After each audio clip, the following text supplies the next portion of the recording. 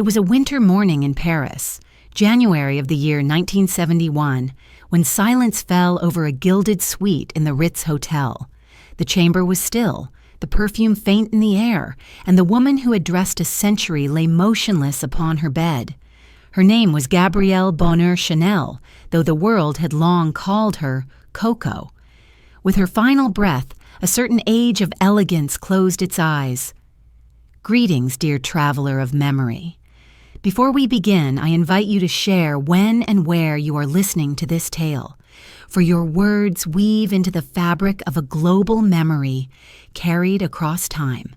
And if you wish this circle of stories to continue, do not forget to support this humble channel with a gentle touch upon the subscribe button, that these voices of the past may endure. The story begins far from the glittering salons of Paris, in a small town upon the banks of the Loire River. It was the summer of 1883 when Gabrielle Chanel entered this world, in Saumur, in the simplest of quarters. The air was heavy with the dust of markets, and the sound of wooden carts over cobblestones, and the child who would later command silks and jewels first opened her eyes among the poor. Her father was a street vendor, her mother weary with many children, and the family knew more of hardship than of luxury. The cries of infancy mingled with the scent of tallow candles and worn linen.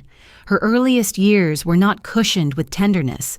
Illness consumed her mother, and her father, a man restless and uncertain, left the children to the care of fate. Gabrielle was placed within the walls of a convent orphanage in Aubazine, a place ruled by silence, prayer, and discipline. Imagine, if you will, the long corridors lit by narrow windows, the cool stone beneath bare feet, and the voices of nuns chanting at dawn. The little girl sat with needle and thread, learning to stitch fabric as others might learn to write. It was not beauty she discovered first, but order, straight seams, modest cloth, the economy of material. And yet, is it not curious how the harshness of childhood can carve pathways for vision? The convent's black and white habits, stark in contrast, later whispered into her designs.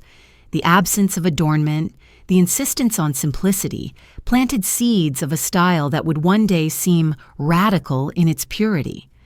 Where others saw deprivation, she stored away fragments of possibility. The convent life was not entirely without color. On certain days, the children were allowed to sing, their voices rising against the cold stone walls. Gabrielle's voice was small, not trained for grandeur, yet the sound gave her a nickname that clung: Coco. Some say it came from a song she sang in her youth, others from the affectionate shortening of coquette. The truth is elusive, as most truths are in lives, later magnified into legend. But the name took root, and Gabrielle, who felt abandoned by family and neglected by fate, began to weave a new identity around it. Was this not her first act of creation, not of cloth, but of self? Outside the convent, the world was shifting. Paris, with its boulevards and cafes, was becoming the beating heart of modernity.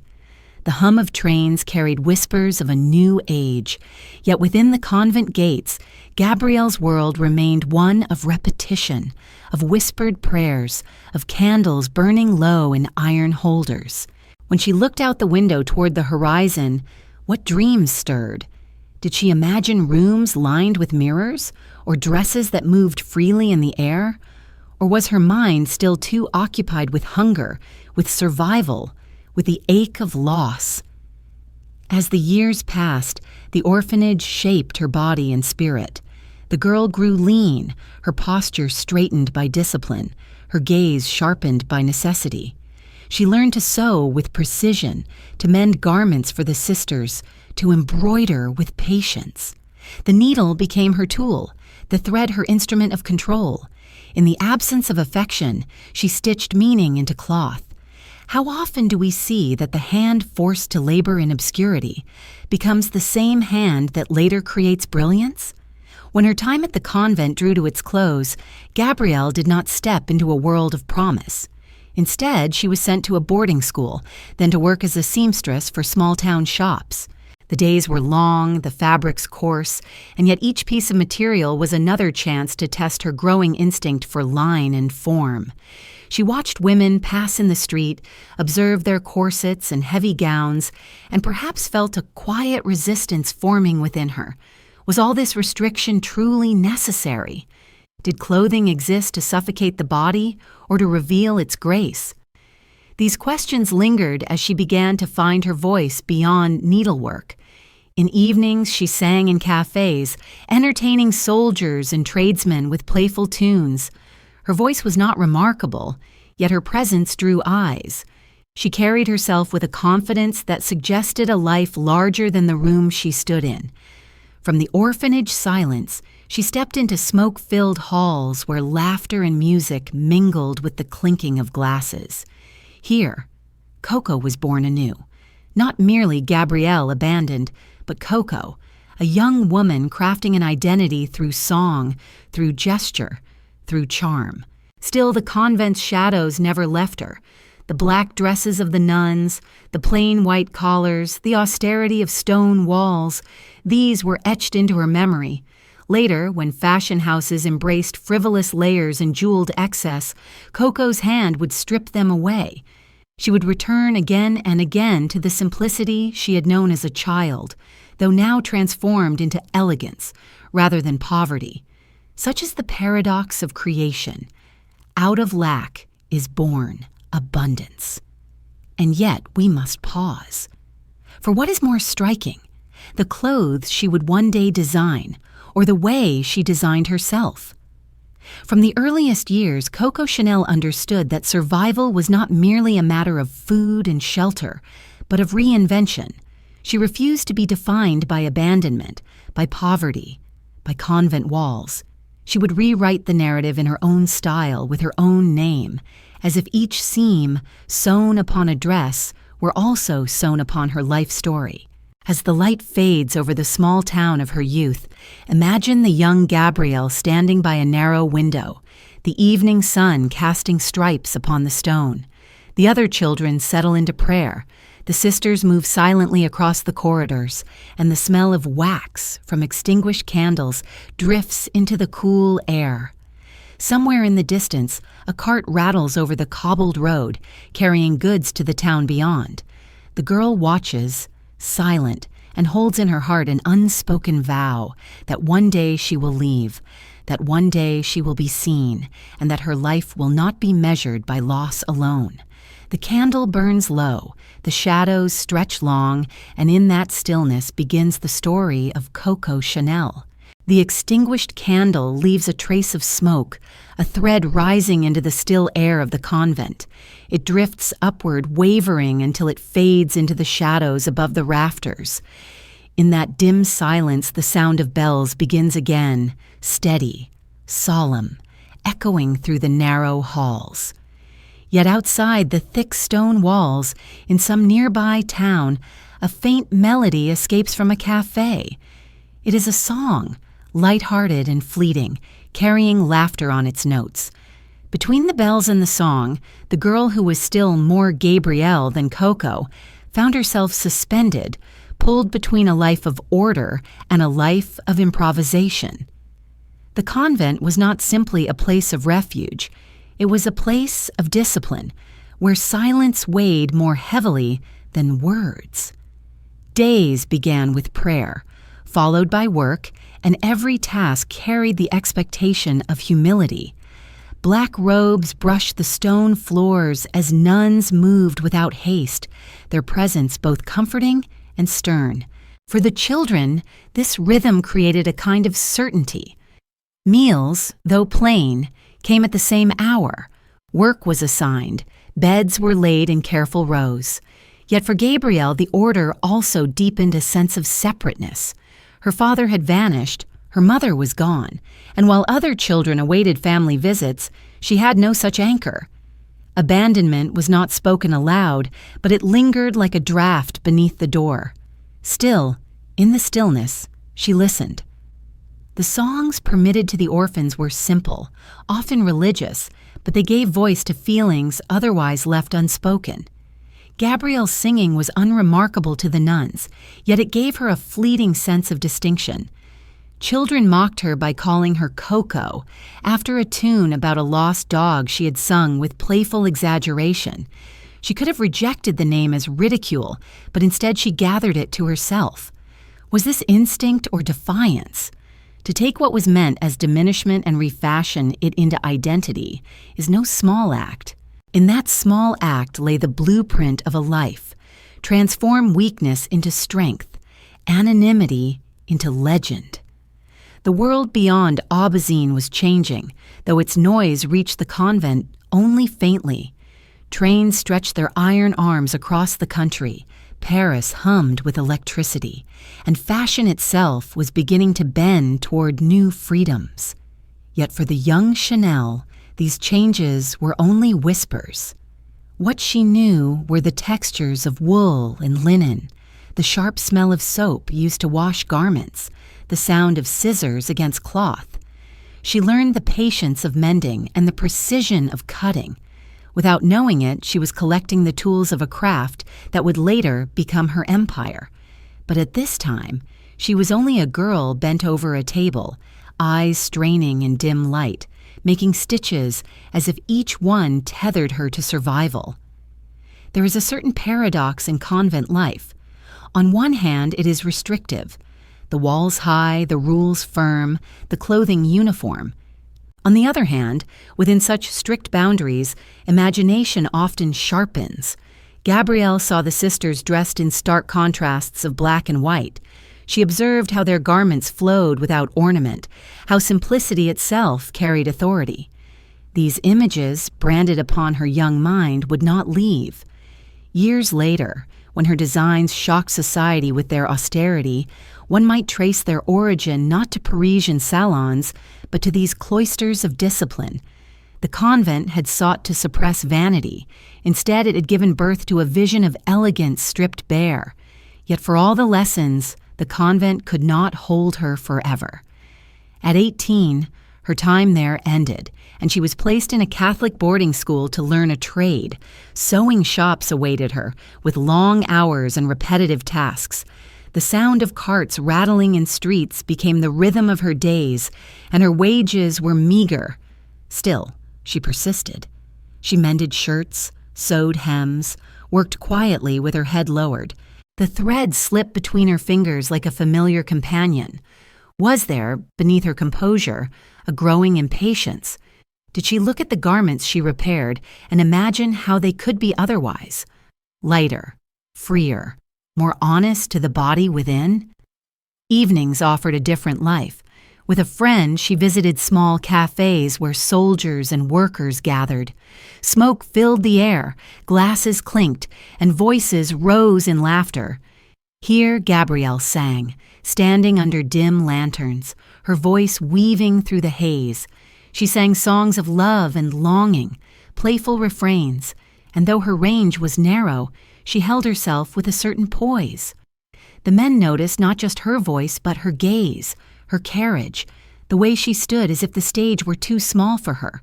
They called her Coco. The name, once a child's taunt, became her performance. She embraced it. Gabrielle the orphan faded. Coco, the singer, emerged. It is easy to look back and see destiny in these small steps, but in truth, she was simply surviving. Singing brought her coins, attention, and perhaps the hope of something beyond the seamstress's table. The convent had given her skills, but the cafe gave her an audience. Between the needle and the song, she balanced two possible lives.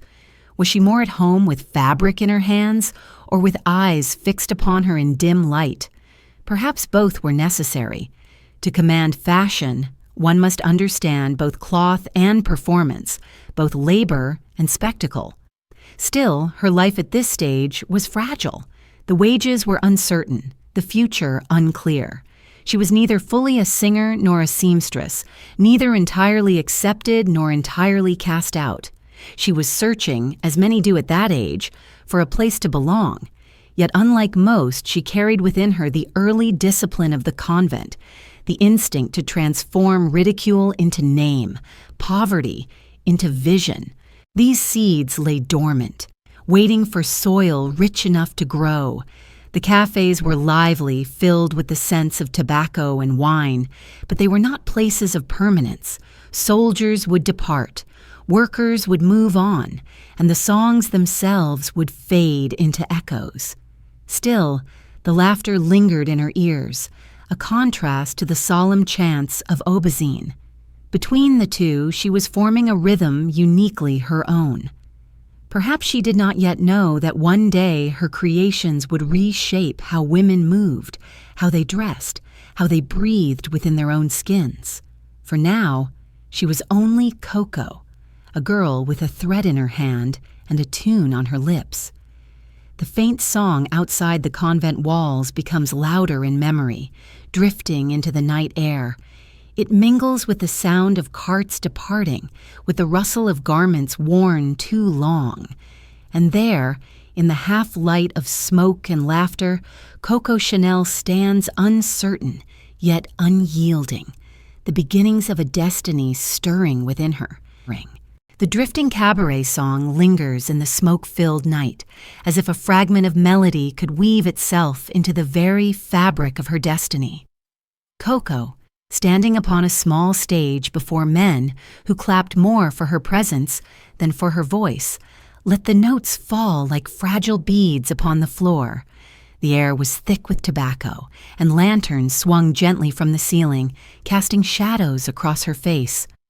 In this world of soldiers on leave and townsfolk seeking escape from their labor, she found a stage not for fame, but for survival. Her voice was slight, yet her manner, straight-backed, eyes alive with determination, suggested a young woman who would not be bound by the walls of her origin. It was here, amid smoke and murmurs, that Coco began to understand the strange alchemy of attention. She was not the most gifted singer, nor the most radiant beauty in the room, but she held herself with an energy that made others lean closer. The name Coco was called out half in jest, but she accepted it, returning smiles with a boldness that surprised even herself. Did she know even then that a name could be armor? That an identity could be fashioned, like cloth, cut and stitched, until it was unrecognizable from its raw beginnings? Perhaps she only knew that to survive she must step into the role others offered, but on her own terms. The cafes were small stages for greater entrances yet to come. Among the smoke and laughter, men noticed her, men of means and leisure. They were officers, wealthy heirs, horse breeders, figures who lived in circles she had never entered. They saw in her both novelty and charm, and she, in turn, saw in them doorways to a world beyond poverty. It was not love that guided these steps, at least not in its tenderest sense.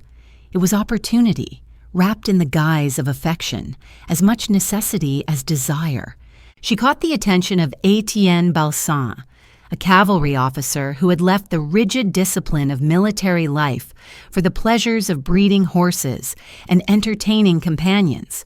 His world was one of estates, stables, and endless leisure, where young men rode across the fields in tailored jackets and women appeared like blossoms in bright hats and flowing skirts.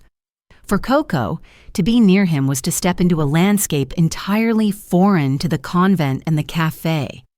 The scents here were of leather saddles, polished wood, and perfume carried by women who had never stitched their own hems. Balsan was amused by Coco's wit and struck by her determination. He offered her comfort, a place within his circle, and she accepted. She moved into his estate near Compiègne, where mornings began not with sewing needles but with horses' hooves upon the grass. She wore riding clothes, borrowed at first, and found in them a kind of liberation. The garments of the women around her, constricting corsets, heavy skirts, seemed absurd against the ease of trousers and tailored jackets. She saw, perhaps with sudden clarity, that clothing could either cage the body or set it free. Among Balsan's companions, Coco stood out. She was not bred in their world, yet she did not shrink before it. Her laughter was sharper, her wit more direct, her manner devoid of the softness expected of women in salons. She carried with her the orphan's resilience, the cafe singer's bravado, and the convent's discipline. She watched carefully, studying the gestures of wealth, the details of fabrics, the careless elegance of those who had never worried for tomorrow. While others dismissed her as a passing amusement, she was learning, absorbing, preparing. But to live as a kept woman was not her ambition. She had endured too much abandonment to place her fate entirely in another's hands. In Balsan's world, she found access, but she also began to test the boundaries of independence. She created hats for herself, reshaping them with plainer lines, stripping away feathers and frills. Friends noticed, then requested the same. Soon, Coco was making hats not only for herself, but for others, and what began as pastime hinted at a future enterprise. It was the simplest of beginnings, yet it bore within it the same philosophy that would later define her fashion. Less is more. Adornment is distraction. Freedom lies in simplicity. And yet, was it only practicality or also rebellion? To strip away the ornament of a hat was to strip away the unspoken rules of a society that valued women as decoration. In her designs, even at this early stage, lay a quiet defiance, as if she were whispering that elegance did not require submission. The orphan's thread had found new cloth, and with each stitch, she was undoing centuries of expectation. Still, her life with Balsan remained precarious. He gave her comfort, but not commitment, amusement, but not permanence. She was tolerated in his world, not fully accepted. Was she content? Or did she already sense that to remain only his companion was to remain small, dependent, unfinished? The evenings at the estate were filled with laughter, but laughter cannot silence ambition. She wanted more than a place at the edge of aristocratic games. She wanted a stage entirely her own. It was during this time that another figure entered her story, Arthur Capel, known as Boy. A friend of Balsan, Capel was English, wealthy, and possessed of a drive that mirrored her own. Where Balsan offered leisure, Capel embodied energy, risk, and vision. He was a businessman, a lover of speed and progress, a man who looked toward the future rather than the comforts of inheritance. In Capel, Coco found not just companionship, but a partner who recognized her determination and saw in her potential. Their bond would grow, shaping her next chapter, yet in these first meetings, it was simply a spark. But before Capel, there was still the estate, still the world of horses and leisure. Coco walked the fields in the early mornings, the dew soaking her boots, the air alive with the scent of hay. She watched women arrive in elaborate gowns unsuited to the stables, and she adjusted her own garments until they were practical, unfussy, and yet elegant in their plainness. Slowly, others imitated her. In her own small way, she had begun to lead rather than follow. Imagine her, then, standing by the stables as the horses shifted in their stalls. The morning sun slants across the fields, lighting her profile as she turns a hat in her hands, considering how to make it simpler, sharper, more honest. Around her, laughter rises from the house where guests prepare for another day of riding and leisure. She's both inside and outside this world, welcomed yet set apart, observed yet underestimated. And in that distance between belonging and exclusion, she discovers her vantage point. From there, she will change everything.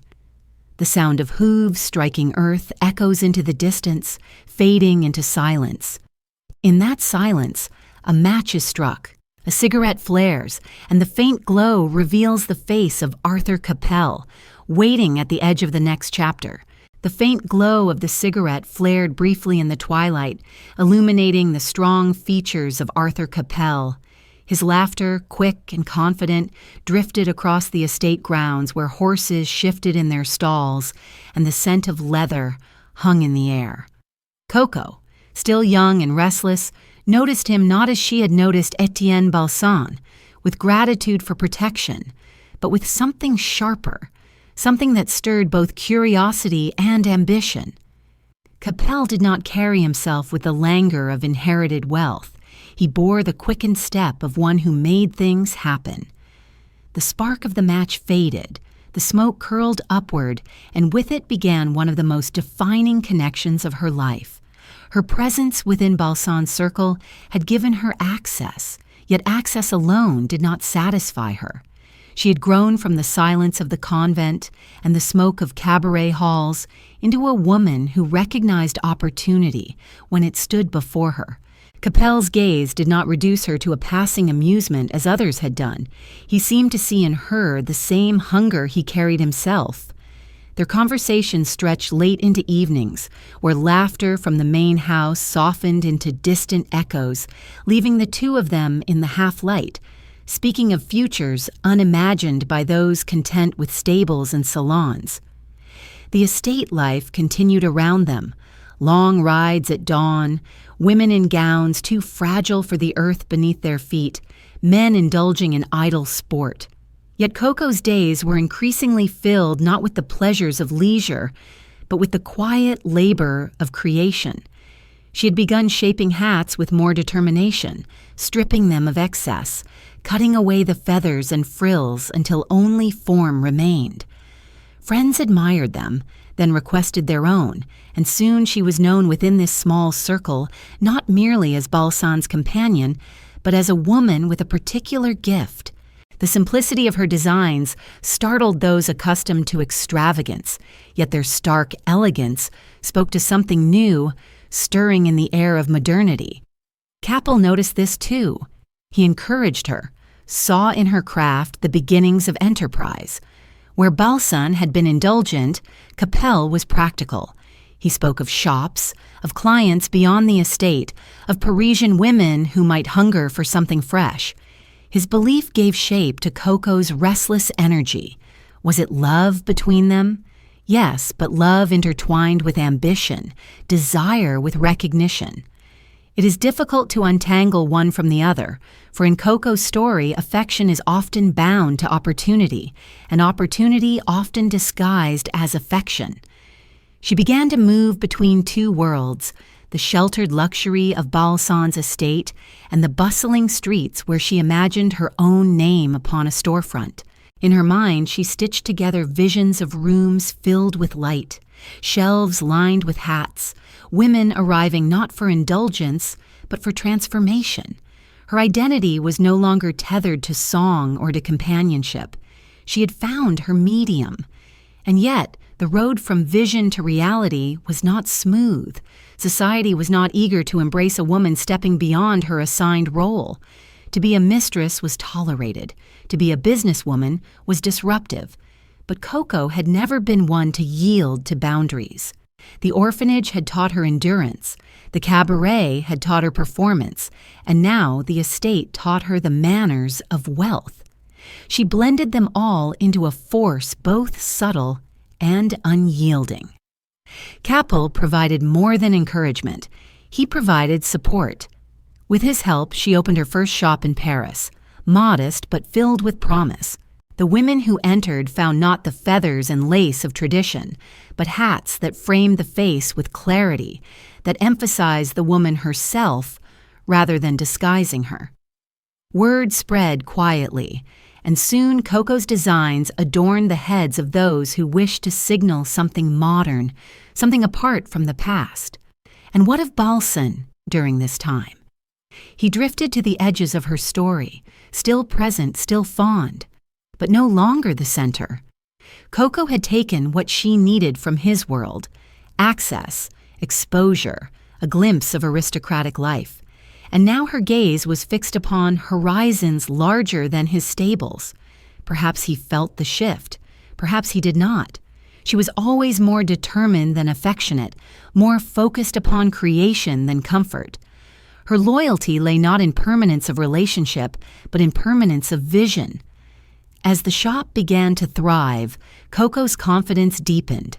She no longer waited for introductions or permissions. She created her own stage. Clients returned not only for the hats, but for the manner in which she embodied them. She was her own best model, stepping into the world with the same sharp poise she had once carried onto the cafe stage.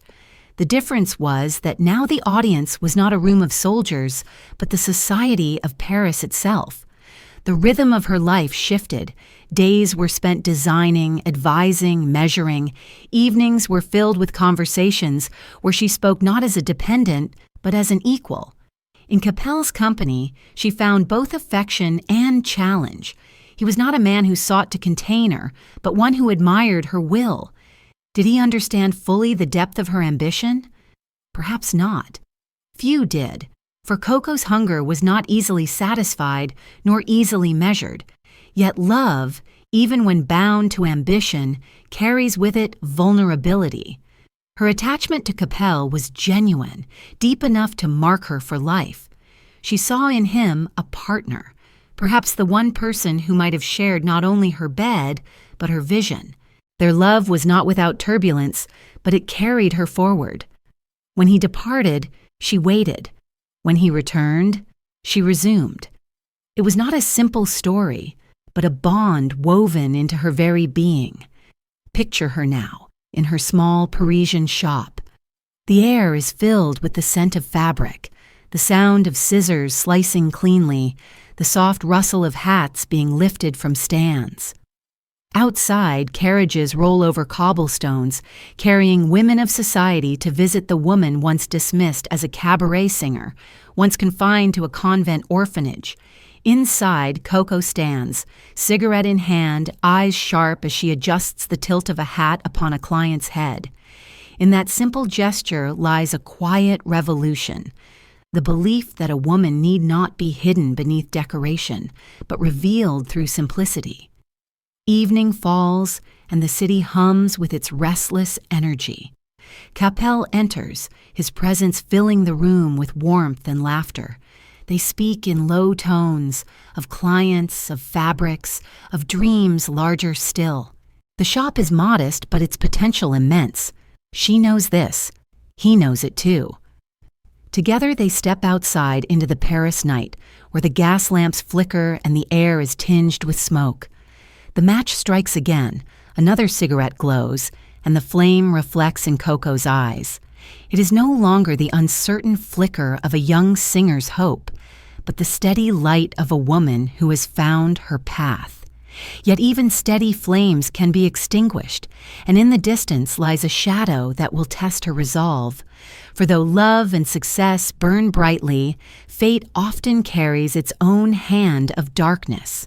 The cigarette's glow fades into the night, leaving only the sound of the sea air in Deauville, where another chapter begins with fabric, freedom, and the salty scent of the shore.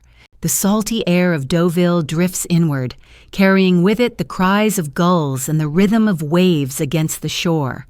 It was here, upon this Norman coast, that Coco's life turned again, drawn deeper into the orbit of Arthur Capel. The small Parisian shop had already given her the first taste of independence, but in Deauville, with its boardwalks lined with fashionable visitors escaping the city heat, her ideas unfurled like sails before a strong wind. Capel had brought her here not merely as his companion, but as someone he believed in, someone whose vision deserved more than the narrow confines of a single boutique. The town was alive with leisure. Women strolled in silks, men in linen, carriages rattled down sunlit streets, and the air was thick with perfume mingled with the sea. Coco watched them closely, not with envy, but with calculation. She saw how their gowns dragged in the sand, how their corsets confined their breath, how their elaborate hats wilted in the sea air. The spectacle of wealth amused her, but it also revealed its weakness. Here, against the elements, ornament became absurd. The sea did not respect feathers, and the wind did not yield to lace. She imagined garments lighter, freer, born not of tradition but of necessity. Capel supported her, both with affection and with practical means. He believed she could create something remarkable, and he lent her the resources to try. In Deauville, she opened another shop, modest in its beginnings, but different in its spirit. She offered simple hats and clothes cut from jersey, a fabric until then considered suitable only for men's underwear or sportswear. Where others saw vulgarity in its plainness, Coco saw freedom. It draped the body without stiffness, allowed movement without constraint. Women who dared to wear it discovered a sensation almost revolutionary: ease. Clients arrived with curiosity, then returned with delight. They spoke of the liberation they felt, how lightness could also be elegance, how comfort could be chic. Coco's design spread not through advertisements but through whispers, through the sight of women walking freely along the boardwalk while others struggled with the weight of their gowns. It was not just fashion she was offering, it was a vision of how a woman might inhabit her body differently. Was it political? She would not have said so, yet the act of freeing the body from its cage carried implications beyond fabric. Each seam was a quiet rebellion against tradition. Her love for Capel deepened during these years. He was her confidant, her supporter, her anchor amid the uncertainties of business. He traveled often, his ventures taking him to England and beyond, but his presence lingered even in absence. Letters arrived, brief but encouraging, filled with a mixture of tenderness and practicality. She adored him with a devotion that surprised her, for she had never been one to trust love easily. Abandoned as a child, accustomed to relying only on herself, she had armored her heart with ambition. Yet with Capel, the armor softened. He was not only her lover, he was the one who believed she could command a world. And yet, even in love, shadows gathered. Capel was a man of his time and station. Though he cherished Coco, he would not, or could not, offer her permanence. He was expected to marry within his class, to secure alliances that would ensure his fortune. Coco knew this, perhaps even from the beginning, but knowledge does not soften the sting of inevitability. Did she ever dream that he might defy those expectations, that he might choose her above all others? The truth is uncertain.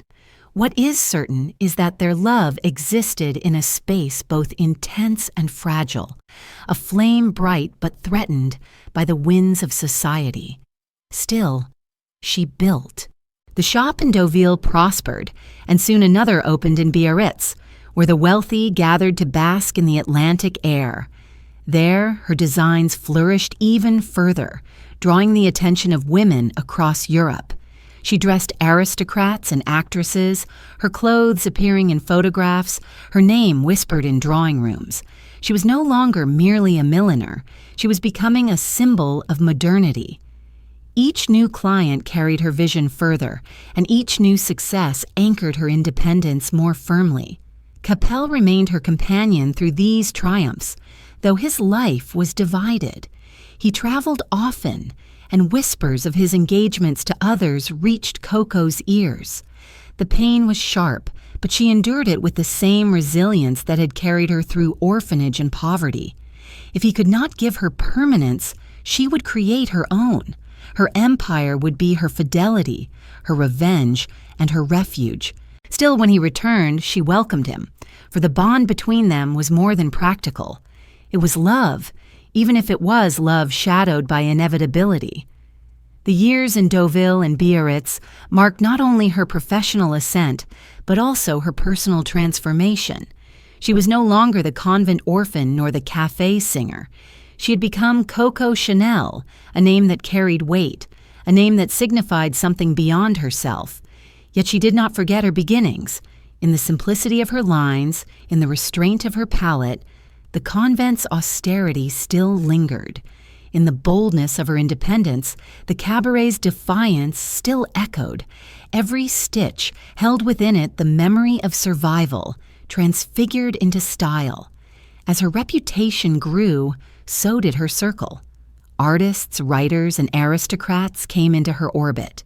She conversed with poets, debated with painters, and observed the shifting moods of culture. She was not merely dressing women, she was shaping the language of an era. The freedom she gave to the body mirrored the freedom sought in art and literature, in politics and society. She became part of the modern age not as a follower, but as a creator. Yet amid all this triumph, the shadow of fate crept silently closer. Capel, restless as ever, continued his journeys.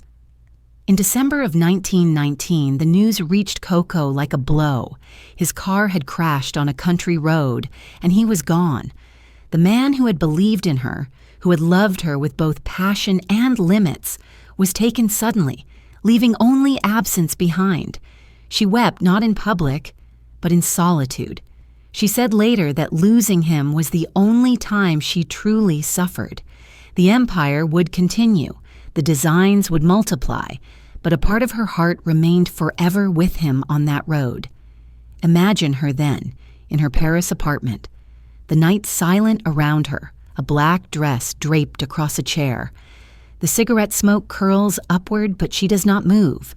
The world outside carries on, but inside she lingers in memory. The sea air of Deauville, the laughter of Capel, the letters written in haste, all fade into silence. And in that silence, she makes a decision. If she cannot have him, she will carry him within her ambition. Her grief will become her fuel. Out of mourning, she will build further, higher, stronger. The black dress remains in the room, quiet and unyielding, its fabric absorbing the light.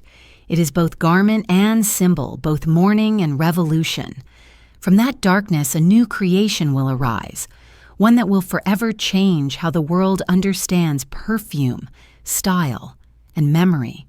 The black dress hangs in stillness, its folds heavy with grief, its silence echoing the absence of Capel. In the dim chamber, it absorbs the light until it becomes almost an extension of the shadow itself. And yet, from such silence and mourning, Coco would fashion something not of fabric, but of air and memory. Out of sorrow, she turned toward creation, seeking in fragrance what she could no longer touch in flesh. The black dress became both an emblem of mourning and a seed of transformation, for in the void Capel left behind, she sought permanence in a form less fragile than life itself. Perfume had always surrounded the circles of wealth. Women bathed themselves in florals, each note announcing presence with insistence. But Coco desired something different. She did not want merely to imitate nature, to trap a rose or a jasmine in liquid. She wanted to evoke abstraction, the essence of a memory rather than the replication of a flower. A scent that lingered not as decoration, but as identity, invisible yet undeniable. Perhaps it was her grief that shaped this vision, for grief itself is invisible, yet clings to every breath. She turned to Ernest Beau, a perfumer with knowledge of chemistry and a gift for composition. He had studied scents with an almost scientific rigor, yet he also understood artistry. When Coco described her desire, a fragrance that was not floral, not single, but something abstract and enduring, he listened with care. He created samples, numbered flacons placed before her. She lifted them one by one, inhaled, considered, and set them aside, until at last she raised the fifth. She breathed deeply and her eyes sharpened. It was as though she recognized within it something she had not yet been able to name. "This is it," she said. "This is what I was waiting for." And so the perfume would bear the number itself. Chanel number 5. The scent was revolutionary. Where traditional perfume sought to mimic gardens, this was a composition, a weaving of aldehydes and florals into something wholly new. It was not a rose, nor a jasmine, nor a lily. It was all and none of them, an impression rather than a replication. To wear it was to carry not a flower, but an aura, invisible, yet commanding. Coco herself said it was the smell of a woman, not of her blossoms. In that claim lay both audacity and truth, for she understood that women sought not to decorate themselves, but to express themselves. She launched the fragrance in 1921, offering it first to her most loyal clients. The response was immediate. Women who wore it spoke of its mystery, how it clung to skin with persistence, how it did not announce itself loudly but lingered subtly, drawing others closer. It became not merely a perfume but a signature, a marker of modernity. Soon it spread beyond her salons, carried across borders, whispered about in hushed tones of admiration. Yet perfume is not simply scent, it is memory, made liquid. For Coco, each bottle perhaps contained echoes of Capel, the sea air of Deauville, the smoke of his cigarettes, the warmth of his laughter. Was number 5 her attempt to immortalize him, to fix in eternity what life had stolen? She never said so openly, yet in the abstraction of the fragrance lay both her grief and her triumph. Out of loss, she had created presence. Her empire grew with this new creation.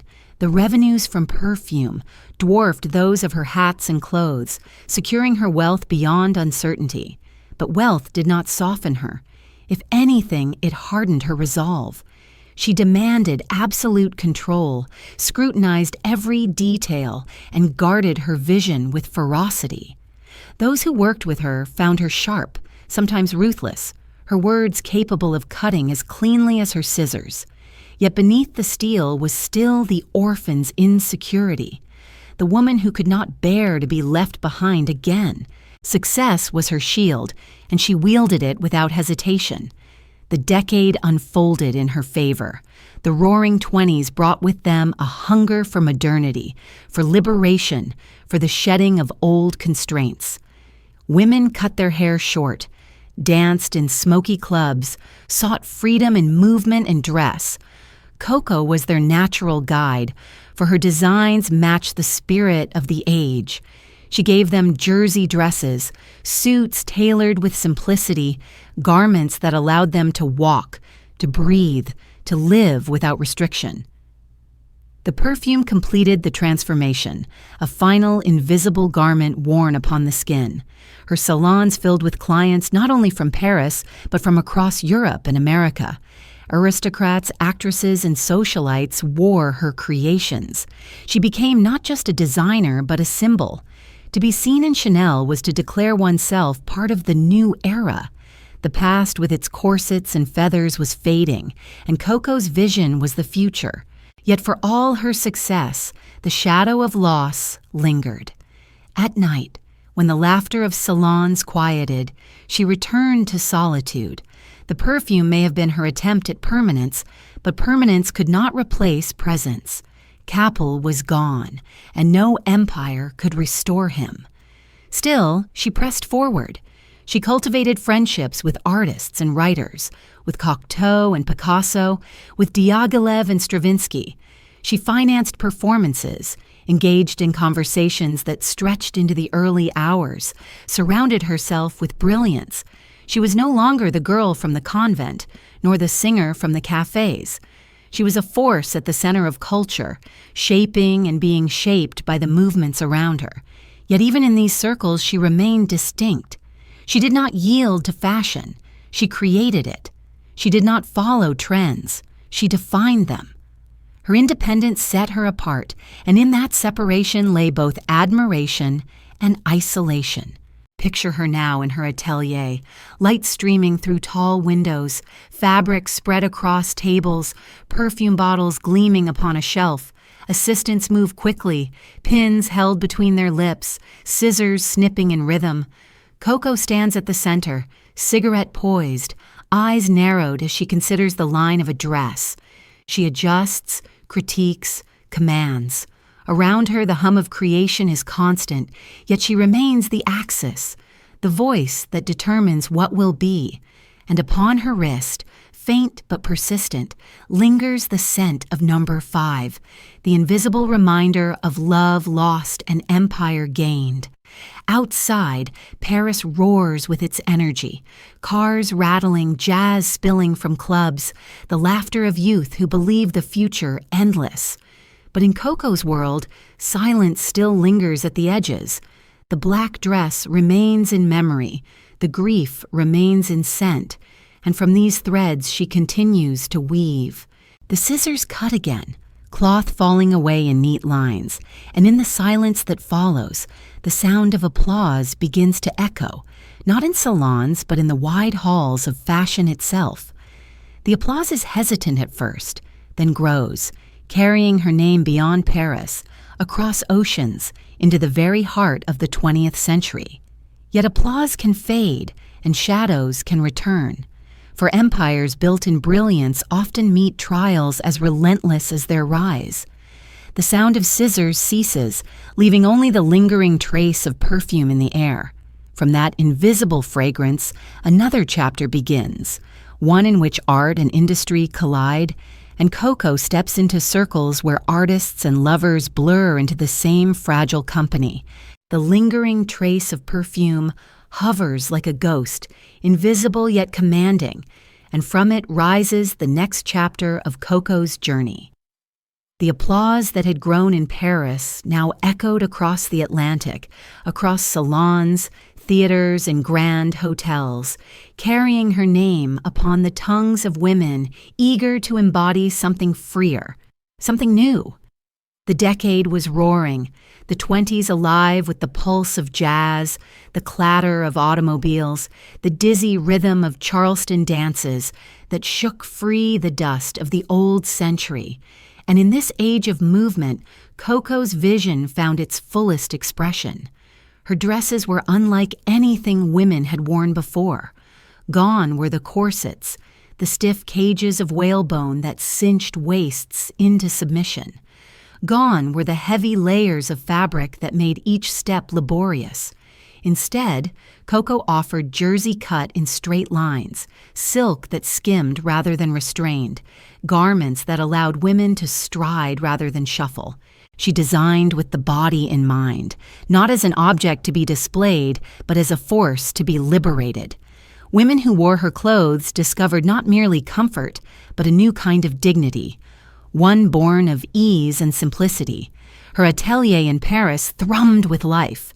Young women, their hair cut short in daring bobs, arrived eager to see what new line Coco would reveal.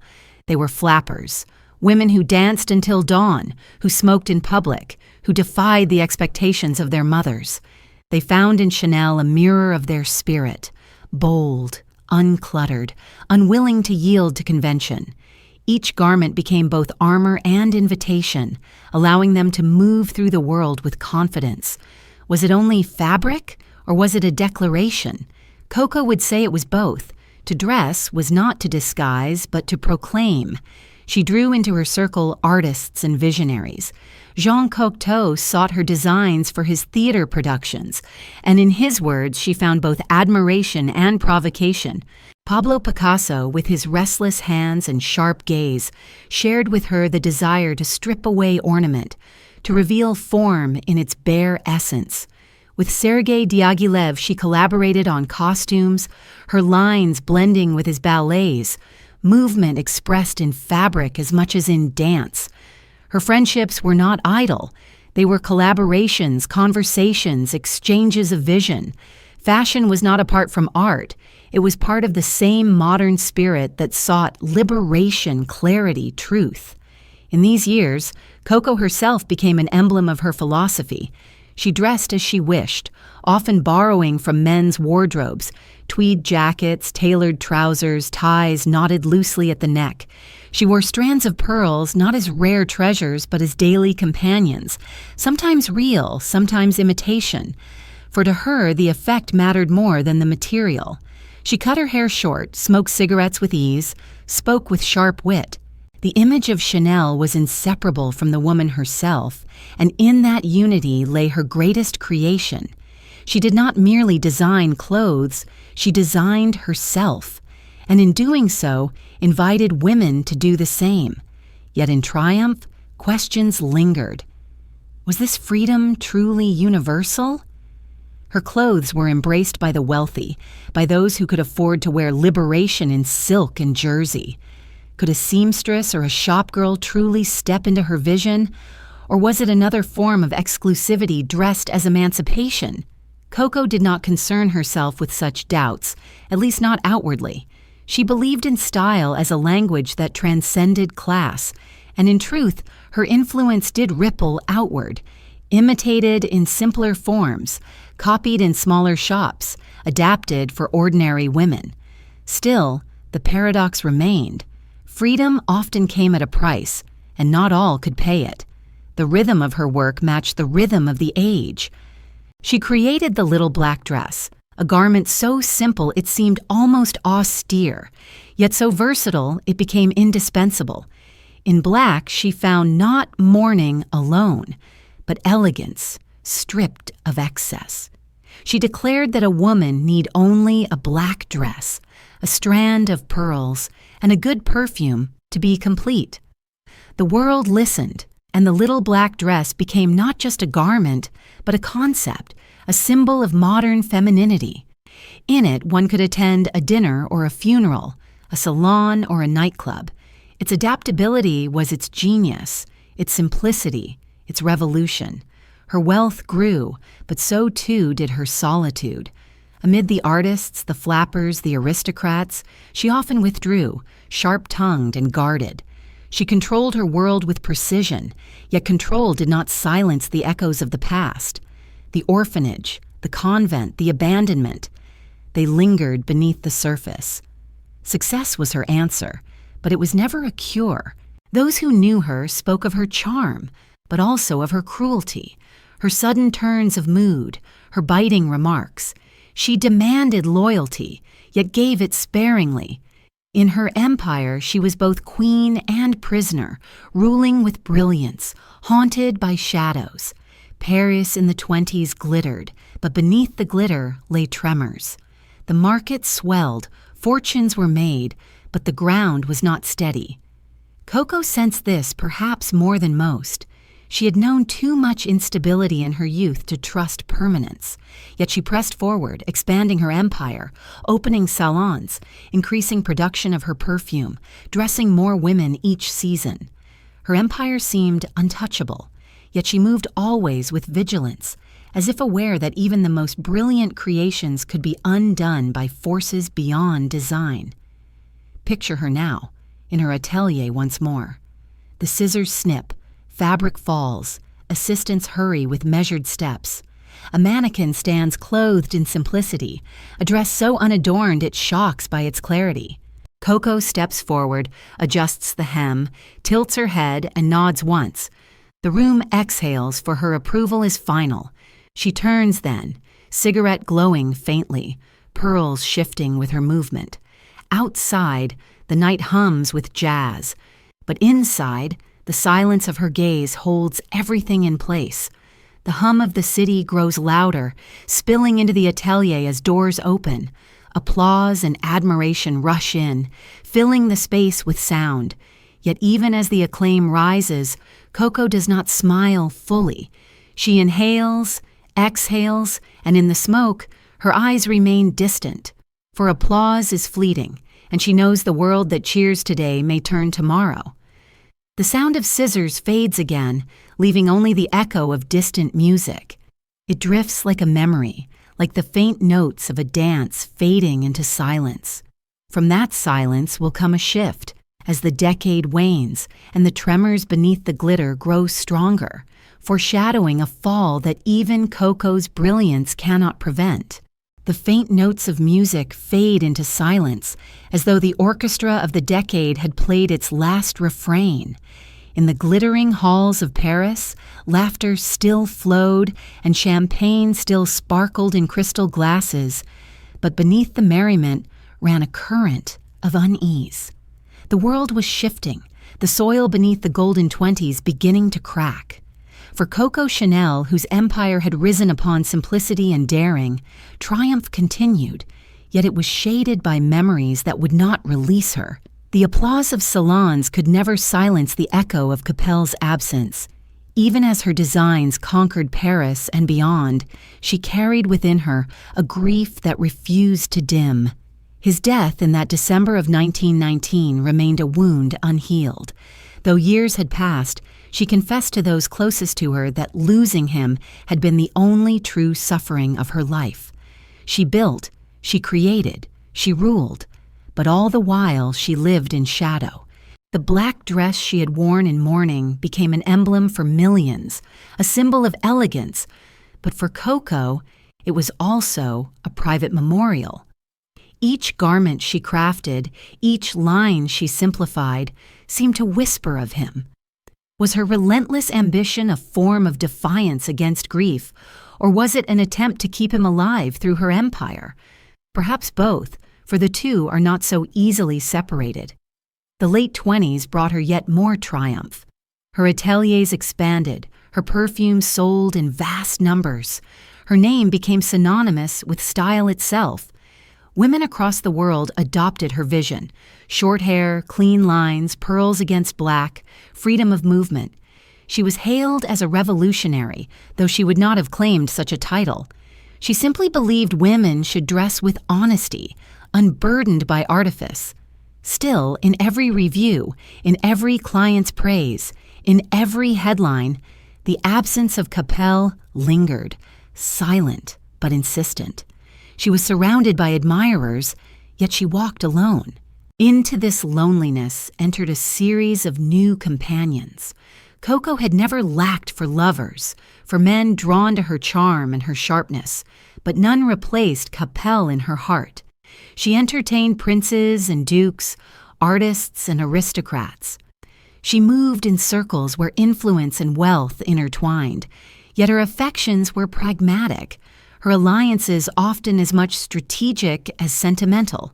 She had learned too well the cost of dependence, and she refused ever again to be defined solely by another.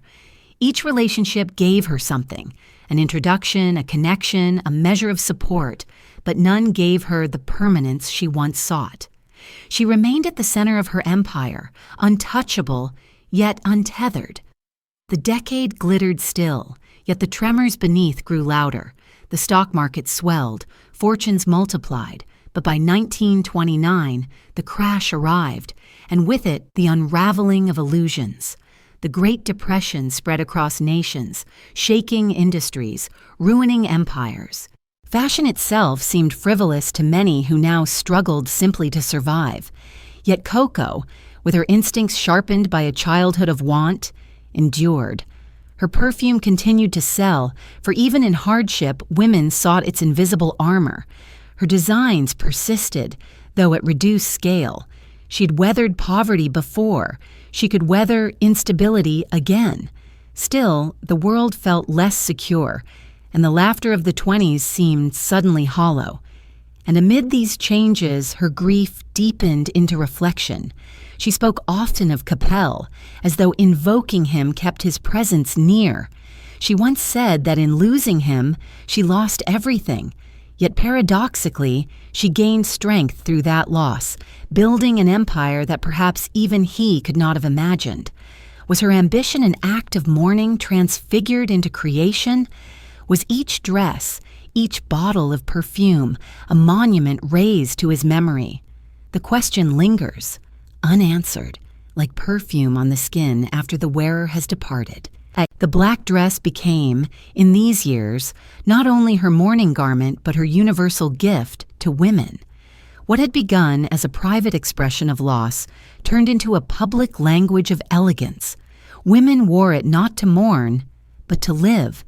In this transformation lay the essence of Chanel: to take the personal and make it universal, to turn sorrow into style. Yet behind the universality remained the private wound. The applause did not heal her. The wealth did not soothe her.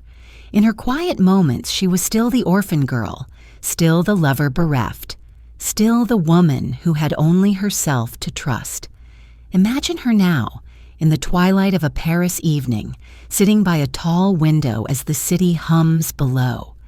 Her apartment is filled with lacquered screens, gilt mirrors, and plush sofas, yet she sits alone, a cigarette between her fingers, the smoke curling upward like the shadow of memory. On the table beside her rests a bottle of No. 5, gleaming in the dim light. She lifts it, inhales, and for a moment perhaps she feels Capel near, as if scent could bridge the abyss of time. Outside, the laughter of the city continues, but inside the silence is heavy, and her eyes are distant. Her empire survived, yet the world was changing. The frivolity of the 20s gave way to the austerity of the 30s. Political winds shifted, darker clouds gathered. Even as Coco continued to design, she sensed that history itself was altering course, that the age of freedom and glitter was yielding to something heavier. And she, who had always lived by intuition, began to prepare herself, though she could not yet know what trials lay ahead. The applause of the 20s, once thunderous, now fades into memory. What remains is the image of a black dress hanging quietly in a darkened room, its folds both mourning and monument. From that stillness, the world outside begins to tremble with new uncertainties. The cobblestones of Paris echo with footsteps not of dancers, but of soldiers, and the shadow of grief will soon be joined by the shadow of war. The black dress hangs in its quiet place, a sentinel of memory, but upon the nearby table stands a smaller monument, transparent yet enduring, a bottle of perfume square and spare in form, filled with liquid that gleams faintly in the dim light. Chanel No. 5. If the dress was mourning transfigured into universality, the perfume was absence distilled into permanence. Where fabric frays and fades, scent lingers invisibly, embedding itself in memory. With each breath, it endures where flesh does not. In that essence lay Coco's truest monument, one that would outlive her and all who knew her. No, 5 was unlike anything the world had known. Until then, perfumes had sought to mimic nature. Rose, jasmine, violet, all single notes familiar to the senses. But Coco desired something abstract, something not reducible to a single flower. Ernest Beau gave her aldehydes, a new synthetic possibility, and she embraced them. In this chemical alchemy, she found not falseness, but liberation. The perfume did not imitate the garden. It evoked memory, dream, desire itself. To wear it was to wear not decoration, but aura.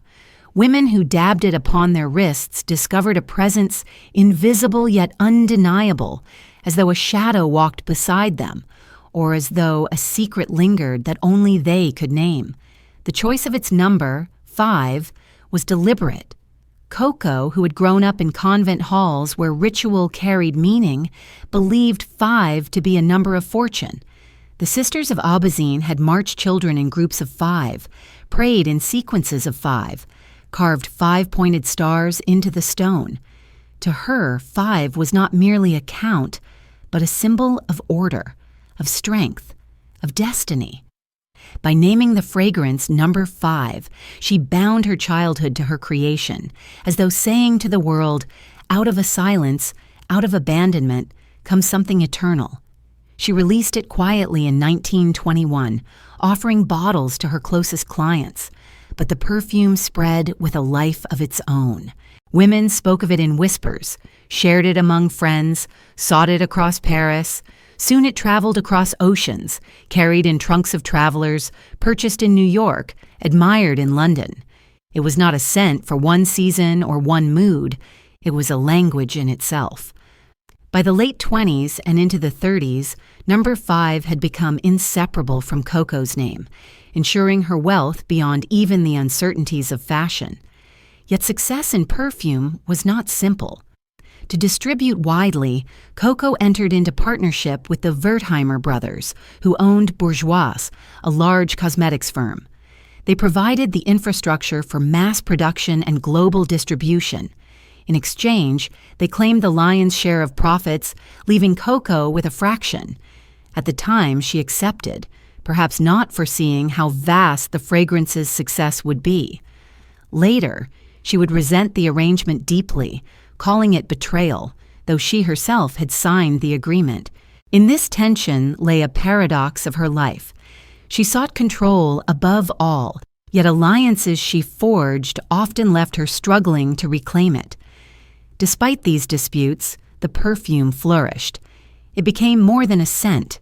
It was an emblem. Photographs of actresses and aristocrats wearing number 5 spread through society pages. By the mid-30s, it was known in nearly every corner of the Western world. Coco herself embodied it, telling those who asked that she wore only a few drops of Nom 5 to bed, a phrase that traveled across decades, shaping the perfume's myth. Whether she spoke it in jest or in sincerity, it bound the fragrance to sensuality, to intimacy, to the essence of the woman herself. But beneath this brilliance, the world was darkening. The Great Depression, already mentioned in her story, grew heavier. Fortunes disappeared, unemployment spread, unrest simmered. Fashion seemed to some a frivolity, yet for many it remained necessity. For clothing and scent offered dignity even in hardship. Coco's perfume thrived because it gave more than beauty. It gave identity, an invisible armor against despair. Still, the atmosphere of Europe was restless. Political movements rose with alarming fervor. Borders trembled, and whispers of conflict carried across airwaves. In Coco's personal life, restlessness echoed. She cultivated friendships with artists and musicians, with writers who questioned society, with dancers who pushed the limits of movement. Her salons were filled with conversation, sharp wit, and cigarettes glowing in dim light. Yet in her private hours, solitude lingered. Capel's absence still shadowed her, and though she entertained lovers, dukes, princes, fellow artists, none replaced him. She was surrounded by admiration but touched by loneliness. To the world she appeared indomitable, yet within, the orphan still sat beside the extinguished candle, still longing for permanence where none could be found. The perfume in this way became her answer. It could not die, for it was not flesh. It could not betray, for it had no will of its own. It was hers, her creation, her eternal presence in the world. Yet even here, the paradox of ownership plagued her. The Wertheimers controlled its distribution, reaping profit she could not touch. Her empire grew, but her control was diluted. Was her insistence on independence, her sharpness with others, born not of arrogance but of this constant struggle to own herself fully? Perhaps. For a woman who had been abandoned by family, who had lost the one man she loved, who had watched others profit from her vision, control was not luxury. It was survival. Still, her reputation soared. In the salons of Paris, she was hailed as a genius. In the photographs of magazines, she was the embodiment of modernity. In the whispers of society, her name carried weight. Yet beyond the glitter, the world moved toward storm. The 30s gave way to suspicion, alliances forged and broken, the dark shadow of fascism stretching across borders. Paris, once the heart of laughter, now braced itself for silence of another kind. And Coco, whose empire had been built on freedom of movement, would soon find herself entangled in forces that bound not bodies but nations. Imagine her now, standing in her apartment overlooking the Rue Cambon, the bottle of number 5 in her hand. She tilts it, lets a drop fall upon her wrist, inhales, and closes her eyes. The scent rises, abstract yet familiar, eternal yet fleeting. Outside, the streets are restless, filled with murmurs of politics, of speeches, of flags raised in anger. But inside, in that moment, she clings to the only permanence she has fashioned: perfume, memory, aura. Her empire stands, yet the world trembles. The perfume lingers in the air, but beyond its fragrance comes the sound of boots upon cobblestones, steady, unyielding, drawing nearer. In their echo begins the next chapter, where applause fades into suspicion and the brilliance of fashion meets the shadows of occupation. The echo of boots upon cobblestones grows louder, steady and unyielding, until it drowns even the faintest trace of perfume lingering in the air. Paris, once a city of light and laughter, entered the dark silence of occupation. Flags not its own hung over its boulevards, and the rhythm of its life was no longer set by music or fashion but by the march of soldiers. For Coco Chanel, whose empire had been built on freedom and elegance, this new world was one of confinement and suspicion. The applause of the 20s was long gone. Now whispers replaced applause, and whispers were often more dangerous. When war came, Coco closed the doors of her fashion house. She declared that the time was not one for dresses or frills, that women had no need of gowns while men fought and nations bled. Yet behind this decision lay more than practicality. Her empire, vast and glittering in the years before, had already become complicated, entangled in disputes over her perfume and its profits. The Wertheimer brothers, Jewish owners of Bourjois, had taken control of No. 5's production. With anti-Semitic laws rising across Europe, Coco saw in the war a chance to reclaim what she believed had been stolen from her. She sought to use the new political climate to annul their contract, claiming that as Jews, they could no longer own property in occupied France. It was a move as ruthless as it was desperate, one that history would remember with unease. The Wertheimers, however, anticipated danger. They fled to the United States before the occupation took hold, placing their interests in the hands of non-Jewish associates. Coco's attempt failed, leaving her both frustrated and embittered. Control had always been her deepest desire, yet again it eluded her. In this struggle for ownership, the orphan's hunger for autonomy showed itself as ambition sharp-edged enough to wound. Was it greed, or was it the unending echo of abandonment that made her strike so fiercely? The question lingers, unresolved, like the smoke of a candle extinguished in haste. Her life during the occupation was lived within the gilded walls of the Ritz Hotel. While Parisians queued for bread, while soldiers patrolled the streets, Coco remained in a suite filled with luxury. The Ritz itself had become the residence of high-ranking German officers, and within its corridors she moved in uneasy proximity to the occupiers. She took as her companion Hans Günther von Dinklage, a German officer known to be connected with intelligence services. Their affair was both personal and strategic, for Coco was never one to live without calculation. Did she love him, or did she seek protection, perhaps even influence in his company? History offers no certain answer. It leaves only rumor and speculation, the shadow of collaboration falling heavily upon her legacy. There are those who whisper that she was more than a companion, that she engaged in intelligence work herself, carrying messages, attempting negotiations, even involving herself in schemes to broker peace between Germany and Britain. Documents hint, stories suggest, but certainty slips away like perfume on the wind. Perhaps she was a spy, perhaps only a lover, perhaps survival itself demanded roles blurred between necessity and choice. In times of war, the line between betrayal and endurance is often drawn by those who come after, not by those forced to live within the moment. Still, the image remains unsettling.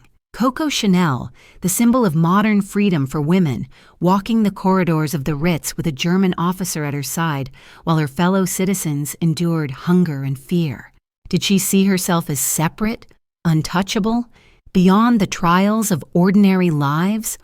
Or was she, in her own way, as trapped as though she seemed to rise above? The questions linger without answer, carried in the silence of the occupied city. Beyond these shadows, her empire suffered. Fashion was no longer the heartbeat of Paris. Materials grew scarce, clients dispersed, ateliers quieted. Yet No. 5 continued its life, carried far from Paris, produced abroad, sold in shops untouched by war. Its sales sustained her wealth, though not always by her hand. In the paradox of history, even as she sought to wrest control from the Wertheimers, it was their foresight that kept the perfume alive, ensuring her fortune long after the war's end. She may have closed her house, but the fragrance never ceased to speak her name. Imagine her now, seated within her Ritz suite. Outside, boots strike pavement in rhythm, a city subdued by force. Inside, the curtains are drawn, the furniture polished, the air faint with perfume and smoke. She sits with her lover, glasses upon the table, words exchanged in low tones. What is spoken? What is hidden? The silence between them carries more weight than words themselves. For here, in this space, survival and suspicion intertwine, and every choice leaves a mark. The war dragged on, years of deprivation and fear. Paris remained under its shadow, and Coco remained within her gilded cage. When at last the occupation ended and liberation came, suspicion turned upon those who had walked too closely with the occupiers. Women were paraded through streets, their heads shaven, accused of collaboration. Coco herself was questioned, her name whispered in tribunals. Yet she escaped formal punishment, aided perhaps by her connections, by her influence, by her silence. She withdrew for a time, leaving Paris for Switzerland, her reputation bruised, her empire fractured, her life again cast into ambiguity. And so we are left with questions rather than answers. Was Coco a collaborator or a survivor? Did she act from love, from ambition, from necessity, or from all of these at once? History cannot say with certainty. What it can say is that her life during those years left a shadow that never fully lifted. For brilliance cannot erase suspicion, and elegance cannot dissolve memory. Her empire survived, her perfume endured, but her legacy bore the mark of those choices, forever debated, forever unresolved.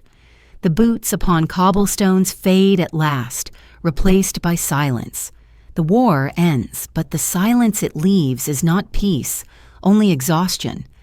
Coco retreats into exile, the snow of Switzerland falling softly outside her windows, the world moving forward without her. The scissors in her atelier are quiet, the mannequins stand clothed in dust. And yet the silence itself is not final. From exile, a return awaits, hesitant and uncertain, as the world of fashion turns once more, ready to judge if Chanel still has a place within it. The snow falls softly outside the shuttered villa in Switzerland, blanketing the hills in silence, as though the world itself has chosen to cover what has been done and what cannot be undone. Within those walls, Coco Chanel sits in exile, not in chains, not in disgrace paraded through streets, but in a quieter punishment, one of distance and invisibility. Paris, the city she had once commanded, continued without her. The salons where she had dictated style now whispered new names, new visions. She, who had been a queen of fashion, became a recluse watching from afar, her sharp eyes narrowed not by age alone, but by bitterness. The war had left scars upon all, and Coco was no exception. She'd been questioned, whispered about, spared formal condemnation, yet never cleansed of suspicion. Her lover had been a German officer, her dealings entangled with the occupation, and though she insisted she had acted only to survive, the world did not forget. So she withdrew, taking refuge among the lakes and mountains of Switzerland. She spent her days surrounded by luxury still, but her silence grew heavy. The woman who had once defined the movement of an era now moved little herself, as though waiting for history to decide her fate. And while she waited, a new force rose in Paris. In 1947, Christian Dior unveiled his new look. It was a revelation to many, a return to extravagance after the years of rationing and austerity. Full skirts swelled with fabric, waists were cinched tightly once more, shoulders softened, hips accentuated. Women gasped at the abundance of cloth, at the lavish femininity restored after deprivation. For those weary of war's plainness, Dior's vision seemed like a feast after famine. But for Coco, it was a betrayal of all she had fought to create. She looked upon Dior's new look with contempt. To her, it was a step backward into the cages she had broken. Corsets had returned, weight pressed once more upon women's bodies, fabric burdened them rather than freed them. Where she had cut lines clean and simple, Dior drowned them in folds and volume. She scoffed, calling his designs ridiculous, extravagant, enslaving. She declared that he had undone progress, that he had returned women to decoration rather than dignity. But the world did not listen to her then. Dior's new look spread like wildfire, embraced by those who longed for abundance after scarcity, who sought fantasy after fear. Imagine her seated by a Swiss window, the snow glowing outside, a newspaper in her hand. The photographs of Dior's models stare back at her, their waists impossibly narrow, their skirts blooming like gardens in defiance of simplicity. She crushes the paper in her hand, bitterness tightening her jaw. Had the world forgotten so soon? Had it forgotten the liberation of Jersey, the dignity of the little black dress, the ease of pearls upon simple silk? She muttered to those around her that women would once again be unable to walk, unable to breathe, but her words carried little beyond the villa's walls. She had become a ghost of fashion, watching as others claimed the stage she had built.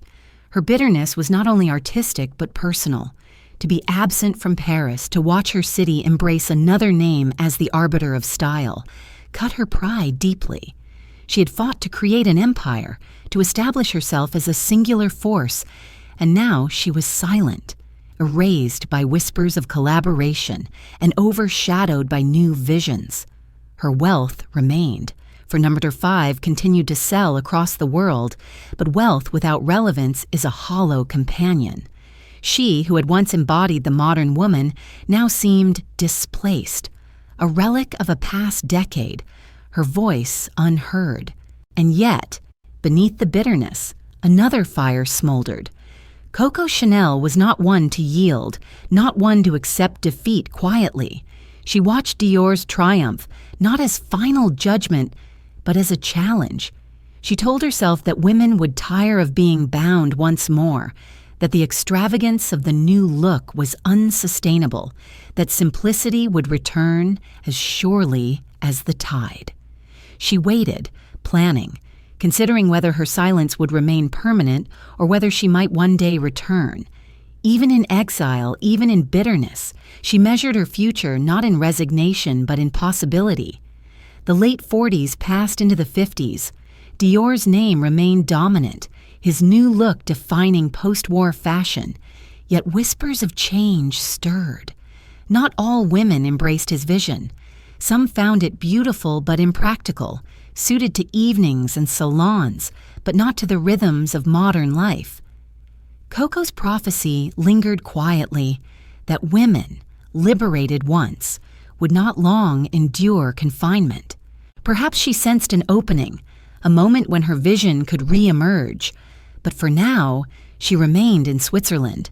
The snow fell each winter, melted each spring, the cycles repeating as she waited. She filled her days with reading, with visitors, with reflection. She aged, but she did not soften. Her words to friends remained sharp, her wit biting. She never apologized for her past, never yielded to regret. She carried her reputation like armor, even as it was tarnished. Those who visited her saw not defeat, but a restless queen in exile, still plotting, still unbowed. Picture her in the villa's salon, the fire crackling, her figure small against a large armchair. She wears black still, pearls at her throat, cigarette between her fingers. She stares into the flames, her thoughts upon Paris, upon Dior, upon the empire she had built and lost. She does not speak, but her silence is not surrender. It is waiting. The snow falls outside, muting the world, but within her mind the scissors still cut.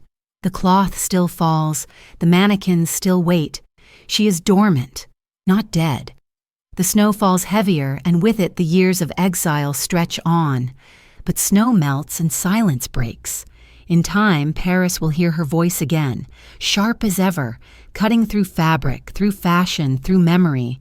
The applause may have faded, but Coco Chanel has not forgotten how to command a stage.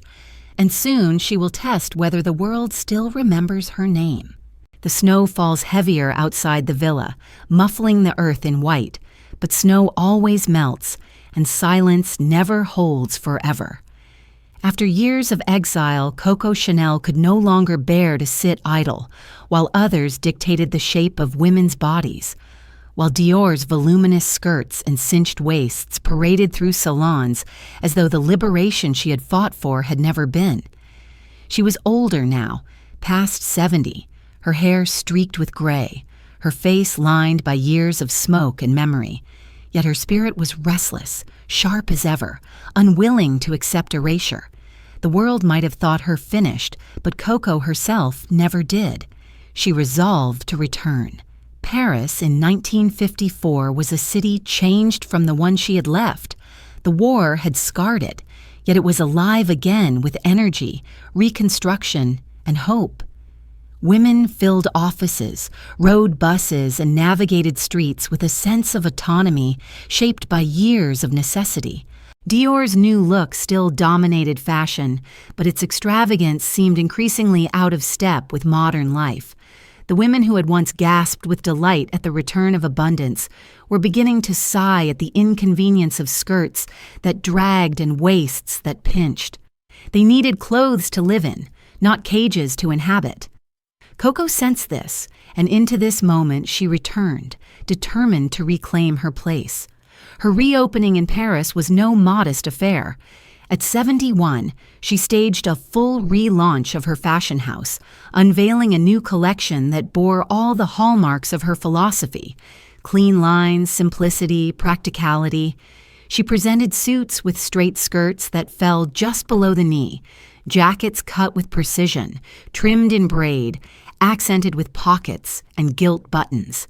She paired them with blouses soft and fluid, often adorned with a bow. It was the Chanel suit, though the world did not yet know it by that name, a creation that would become her signature, her final great gift to fashion.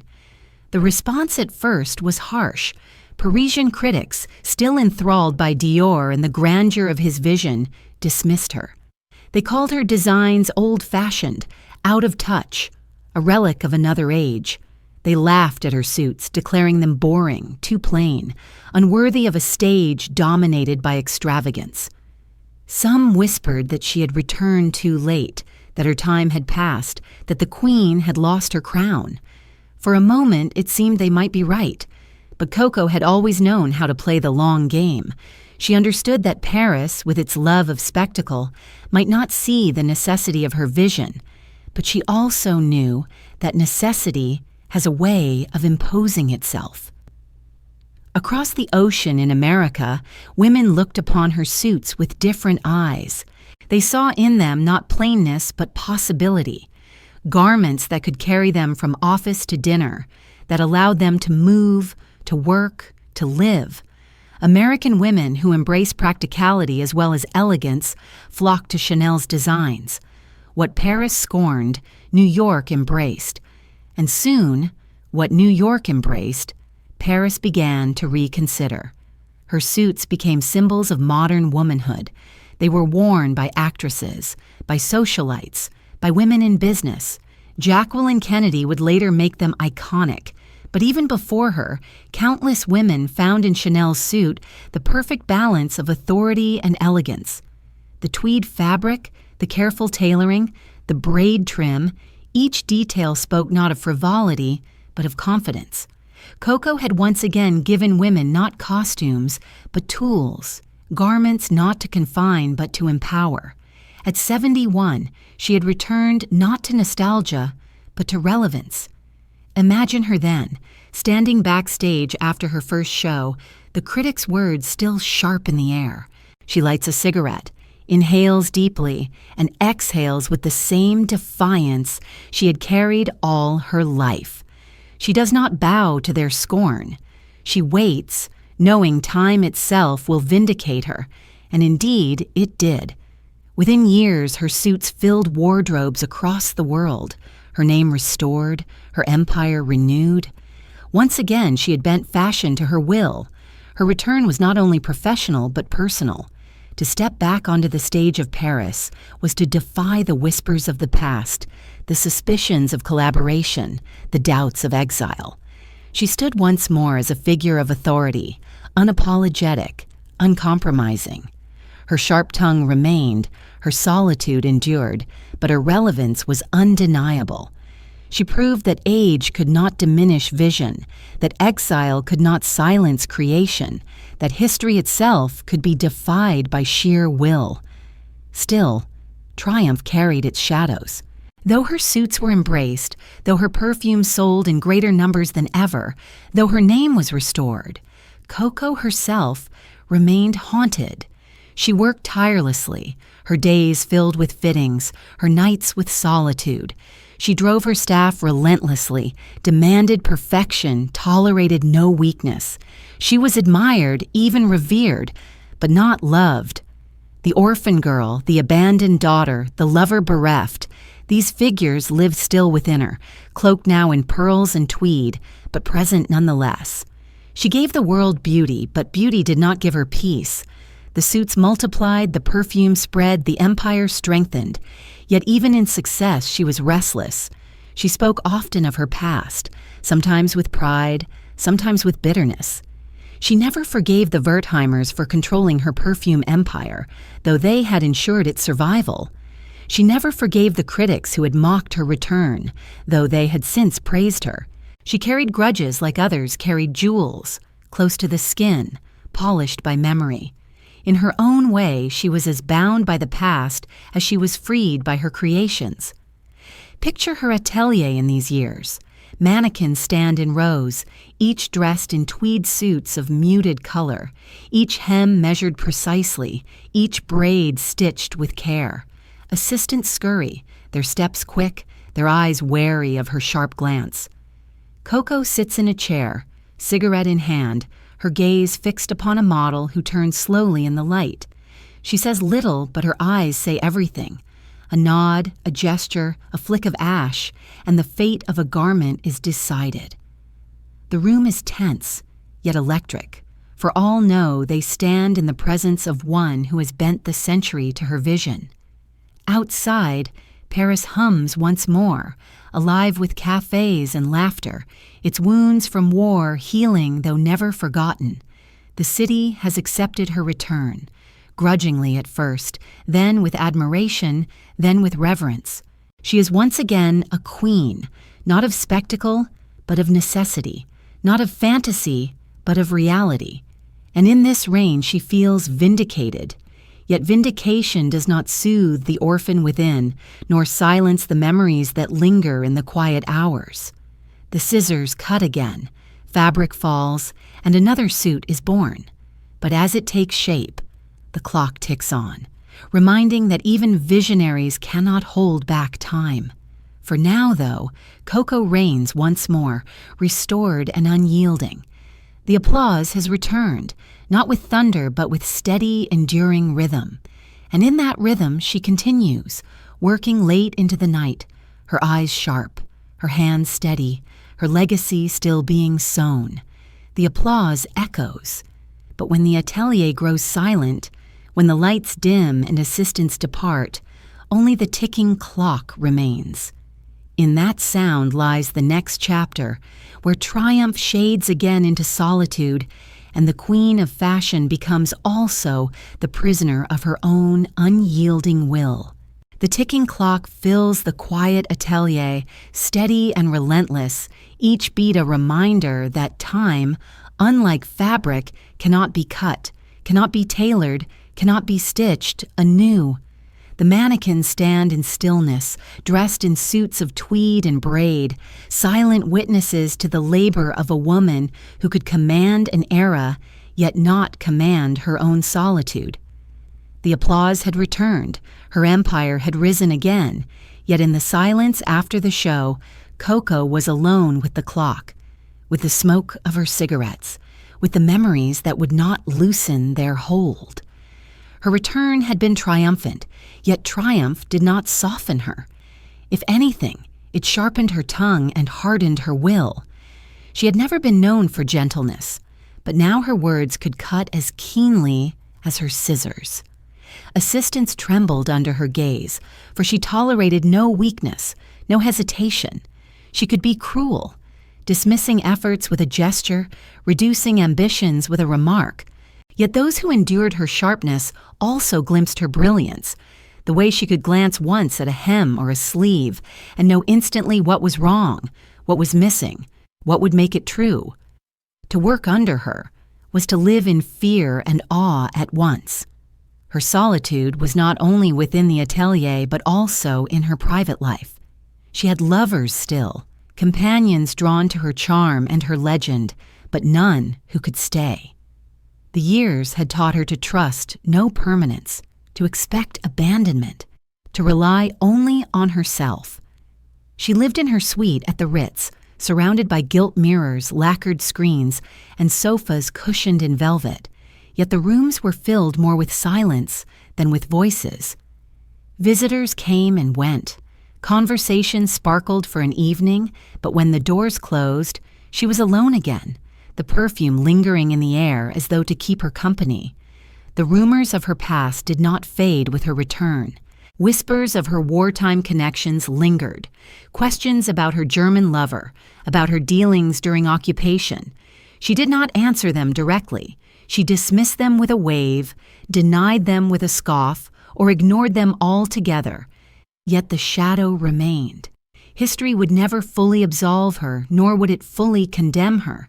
She existed in a space of ambiguity, admired and doubted in equal measure. Perhaps she preferred it so. Certainty had never been her ally.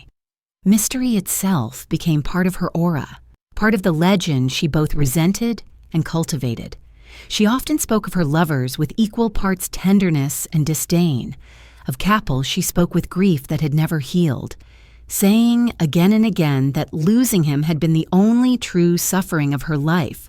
Of others, the dukes, the princes, the artists, she spoke with irony, mocking their vanity, their foolishness, their inability to understand her. Men were, to her, both necessary and expendable, sources of inspiration but never of permanence. She had learned long ago that love could vanish in a crash on a winter road, that trust could evaporate with absence, and so she gave her heart sparingly, her sharp tongue shielding it as surely as armor. Her friendships were more enduring. She remained close to artists, to poets, to musicians, those who saw in her not only a designer, but a kindred spirit in the pursuit of creation. With Cocteau, she conversed about art and poetry. With Stravinsky, she spoke of rhythm and discipline. With Picasso, she shared the desire to strip form to its essence. These friendships nourished her, though they too were tempered by her sharpness. She demanded honesty, yet gave little of herself in return. She was both generous and guarded, both companion and enigma. To be close to her was to know both warmth and frost. The ticking clock reminded her of age, but she refused to yield to it. She worked tirelessly, designing, fitting, smoking, commanding. She wore her own suits daily, her hair cropped short, her pearls layered at her throat. She embodied her creation, even as her body grew frailer. She was her own best advertisement, her own best defense. The world saw in her not an old woman, but an icon, still elegant, still commanding. She would not allow herself to be seen otherwise. Yet in the quiet hours when the atelier was dark and the Ritz suite silent, the mask of elegance could not conceal the orphan's ache. She was wealthy beyond measure, famous beyond comparison, yet she confessed to friends that she felt alone, that she had no true family, no true companion. She had built an empire, but empires cannot hold the hand of their creator. The child abandoned in the convent still lived within her, still looked out through her eyes, still longed for what she would never admit aloud. Imagine her, late at night, the lamps dim, the clock still ticking. She sits in a chair, cigarette burning, the smoke curling upward toward mirrors that reflect her image multiplied. She gazes into those reflections, seeing herself repeated endlessly, Yet in none of them does she find the companion she lost. She inhales, exhales, and in the silence she mutters words only she can hear. The city outside sleeps, but within her suite, the orphan, the lover, the queen, all sit together in uneasy company. The rumors of her wartime dealings remain, locked in files, whispered in corridors, debated by historians. Was she a collaborator, a spy, a survivor? The truth lies tangled, never fully revealed, perhaps never fully knowable. She left behind fragments, hints, contradictions, as though she preferred the world to wonder rather than to know. Ambiguity, after all, had always been her ally. A scent that cannot be named lingers longer than one that can. In this, too, she turned survival into style. The clock ticks on, each beat pulling her further into age, further into solitude, further into legend. Yet she continues to work, to command, to create. Her empire grows, her suits define modern elegance, her perfume remains unmatched. The world admires her, even reveres her, yet she herself remains unsatisfied. For what is admiration when the one she loved most is gone? What is empire when it cannot silence grief? What is elegance when it cannot ease solitude? The clock continues, steady and merciless, echoing through the silent rooms. And from its ticking rises the next chapter, where solitude deepens into old age, where triumph persists but comfort does not, and where the queen of fashion prepares, though unknowingly, for her final bow. The ticking clock continues, steady and merciless, its sound blending with the faint hum of Paris beyond the heavy curtains of the Ritz. Each hour passes, and with it Coco Chanel grows older, yet she refuses to acknowledge age as defeat. She surrounds herself with mirrors and velvet, with flowers arranged daily, with perfumes placed carefully upon polished tables, as though the arrangement of objects might stave off the erosion of time. Outside, the world moves swiftly into a new era, but within her suite she cultivates an atmosphere of permanence, a stage where she remains the central figure. Her fashion house thrives, her perfume empire grows, her suits are worn by women of influence from Paris to New York. She has become not simply a designer, but a myth, her name synonymous with elegance itself. Yet myths are lonely creations. She lives in a kind of solitude that neither wealth nor fame can dispel. She has no family to surround her, no children to inherit her empire, no partner to share her evenings. Visitors come and go, companions linger briefly, but when the doors close at night, she remains alone, the sound of the clock, her most faithful companion. The return of Dior's extravagance and the rise of other designers gnaws at her pride. Though her suits hold firm in their appeal, she watches as younger names emerge, each claiming innovation, each drawing applause from critics eager for novelty. Coco mocks them openly, declaring their work shallow, frivolous, temporary. Her words are sharp, but beneath them lies the fear that time may finally move beyond her. She has defied it once, with her return in 1954, but can she defy it forever? Her defiance is absolute, yet time does not yield. Her solitude sharpens her memory. She speaks often of Capel, though decades have passed since his death. She tells those who listen that he was the only man she ever loved, the only one who understood her, the only one whose absence she cannot fill. Each retelling is both confession and performance, for she knows the power of her own story. Yet she also feels the wound as though it were fresh. To love once and lose forever is a burden she carries still, hidden beneath pearls and smoke. The war lingers, too, in her reflections. She never fully explains her choices, never denies them completely, never admits them wholly. She dismisses questions with irritation, claiming they are foolish, irrelevant, but the silence itself speaks. She knows her reputation bears the mark of those years, knows that her name will forever be bound to whispers of collaboration. Yet she refuses apology. To apologize would be to yield, and Coco Chanel never yielded. She prefers ambiguity, the mystery that allows her to control her own narrative. Better to be debated than dismissed. Better to be enigmatic than condemned. The world outside the Ritz changes rapidly. Young women embrace new freedoms, new styles, new identities. Skirts rise again, colors brighten, patterns flourish. Youth cultures emerge, rejecting the past, inventing their own languages of style.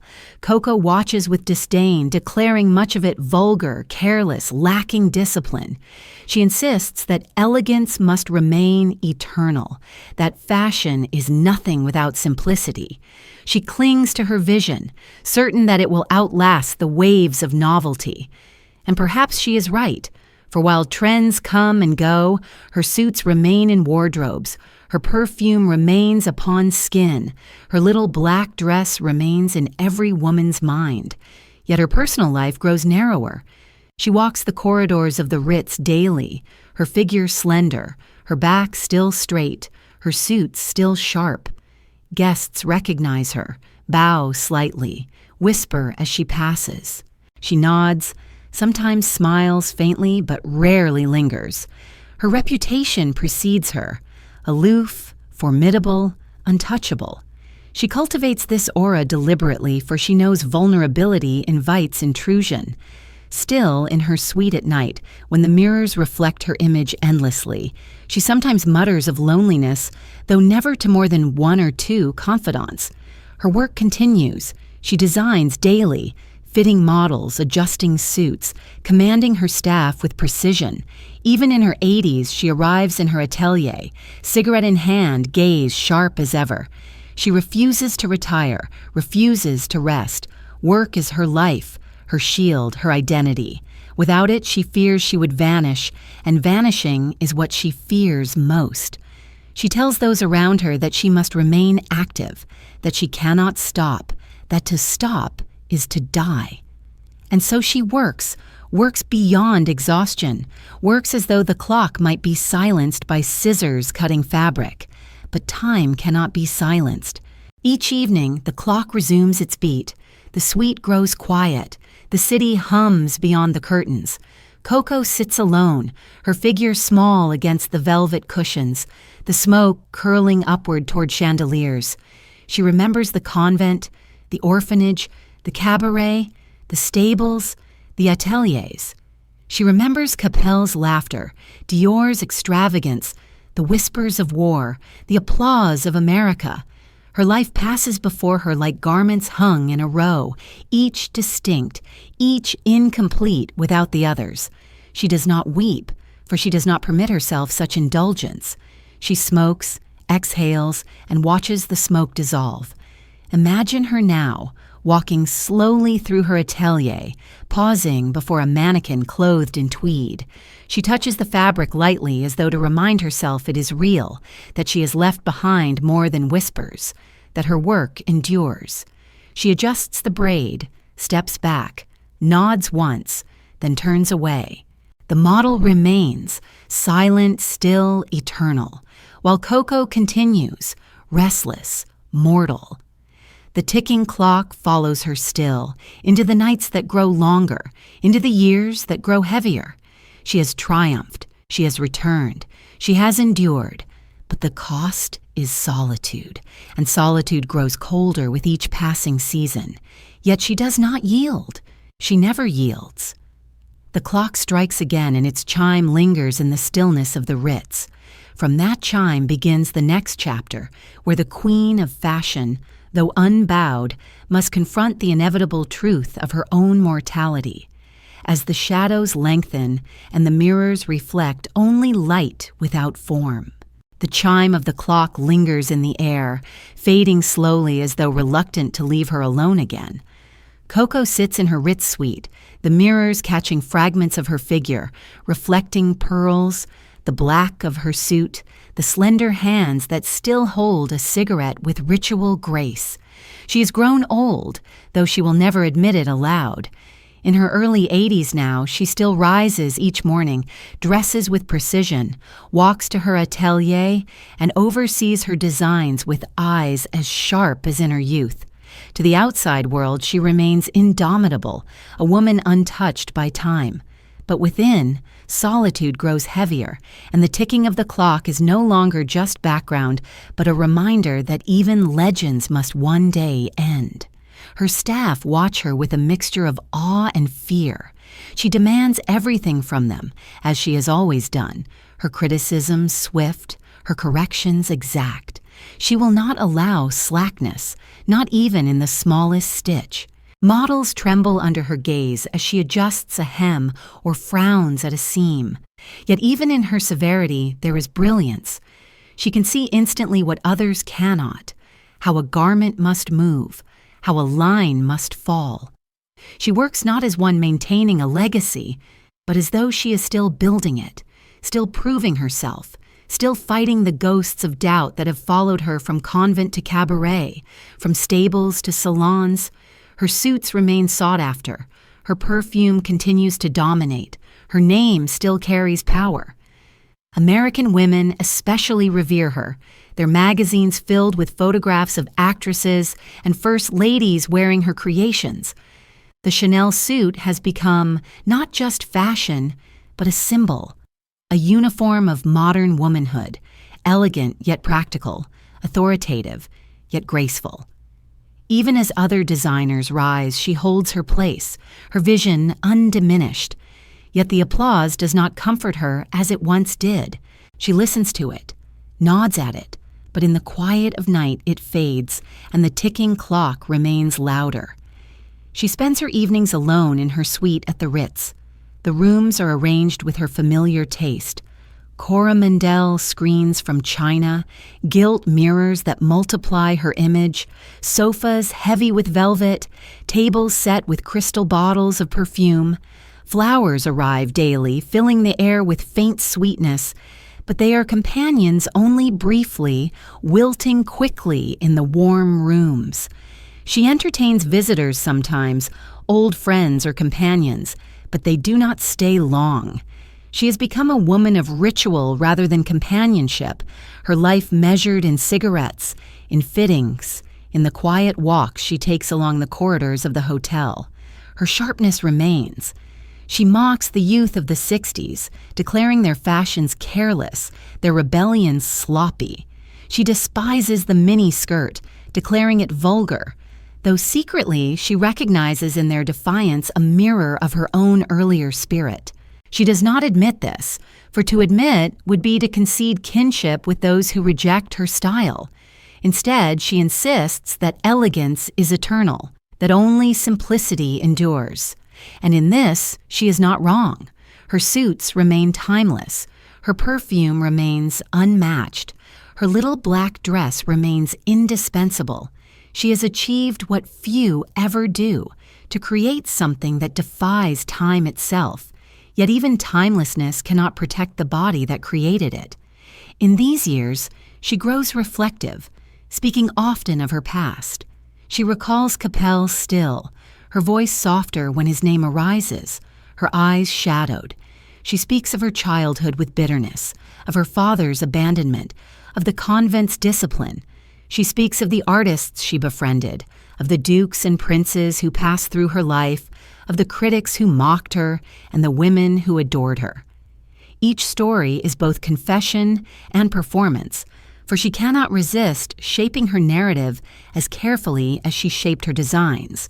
She chooses what to reveal, what to conceal, what to contradict. In this, too, she remains the couturière, tailoring not only fabric, but memory itself. Imagine her now, walking slowly through her atelier in the Rue Cambon. She pauses before a mannequin clothed in a pale tweed suit. She lifts the hem, adjusts a sleeve, steps back, nods once, and continues. Her assistants watch her, knowing that even at 80 she sees more than they ever could. Her eye is relentless, her standard absolute. She coughs sometimes. the years of smoke catching up to her, but she refuses to slow. She refuses to yield. To yield is to accept the end, and she will not accept it. Yet solitude weighs heavier with each passing year. She has no family to hold her hand, no children to carry her name, no partner to sit beside her. She has built an empire, but empires do not speak in the night, do not ease loneliness. She confesses at times to feeling abandoned still, as though the orphan in Aubazine had never left her. She surrounds herself with beauty, but beauty cannot replace presence. She tells friends that work is her only salvation, that she must keep working until the end. And so she does. Her days are filled with scissors, fabric, and cigarettes, her nights with memories, silence, and the ticking clock. She remains elegant, her posture unbowed, her wit sharp. She mocks age, declaring that it does not matter, that elegance belongs to those who possess it in spirit, not in years. Yet in her private hours, she feels the weight of the inevitable. The mirrors reflect her still, but the woman they reflect is frailer now, smaller, her face marked by lines, her eyes shadowed by time. Still, she stares back at herself with defiance. She will not admit defeat, not even to the glass. The clock ticks on, each beat pulling her closer to the final chapter. Yet even as time advances, Coco Chanel works, creates, commands. Her suits leave her atelier, her perfume lingers on skin, her name carries across continents. She remains present, alive, relevant. But in the silence after the applause, she is alone, as she has always been, as she perhaps was always destined to be. The clock strikes again, its chime resonating through the quiet suite. In that sound begins the next chapter, where the queen of fashion, though still enthroned, must finally prepare for the silence that no applause can break and no creation can outlast. The chime of the clock drifts into silence, leaving the suite once more in its habitual stillness, the faint scent of perfume and smoke lingering in the air. Outside, Paris hums with its restless life. Buses rumble over cobblestones, young couples laugh in cafes. But within the Ritz, Coco Chanel remains enclosed in her carefully arranged world. Each morning she rises, dresses in one of her own suits, pearls clasped at her throat, and walks the short distance to her atelier on Rue Convent. Even in her late 80s, she maintains this ritual, as though to concede a single day would be to invite the end. Work remains her shield, her only true companion, her proof against the silence that waits. Her staff, by now accustomed to her rhythms, watch her with the same wary admiration they always have. Age has slowed her steps, but not her eyes. She sees everything: the angle of a sleeve, the tilt of a hat, the way a skirt moves as a model turns. Her comments are sharp, often cutting, but behind them lies an instinct that is never dulled. She can still glance once at a garment and know what must be altered. Even in her last years, she is not a figurehead, but a working force, her presence essential to the atelier's rhythm. They fear her, but they also know they stand in the presence of something rare, a woman whose eye has defined a century. The world beyond her atelier continues to change, swinging toward bold colors, daring cuts, new freedoms.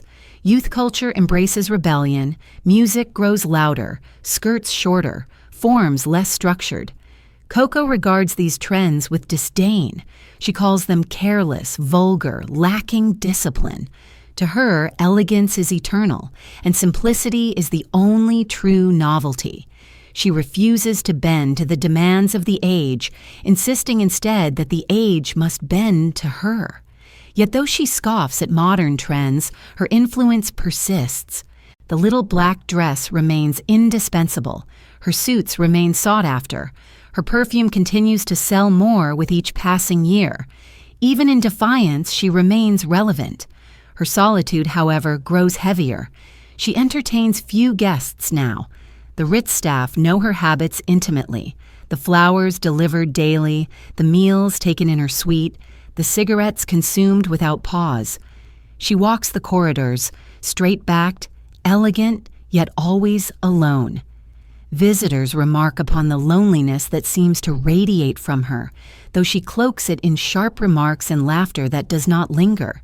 She has no family to fill her evenings, no children to soften her solitude, no partner to share her silences. She has only her empire, her creations, and the ticking clock. Still, she speaks often of legacy. She tells friends and assistants alike that she has given women freedom, that she has replaced ornament with honesty, that her name will endure when others fade. And she is right. By now, her reputation has moved beyond the reach of critics. She is not merely a designer, but a monument.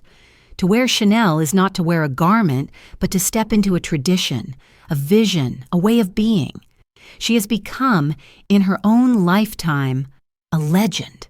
Yet legends, too, grow weary.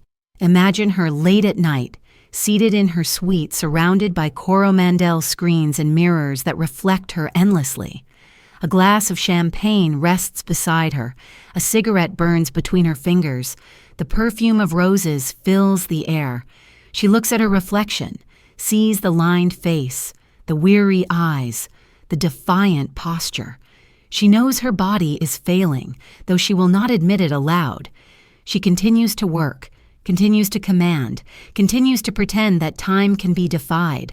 But the clock continues to tick, steady, inevitable. She recalls often her childhood, though she rarely speaks of it. The convent halls, the nuns' black and white habits, the scent of candle wax, the silence of abandonment, these memories are etched upon her still.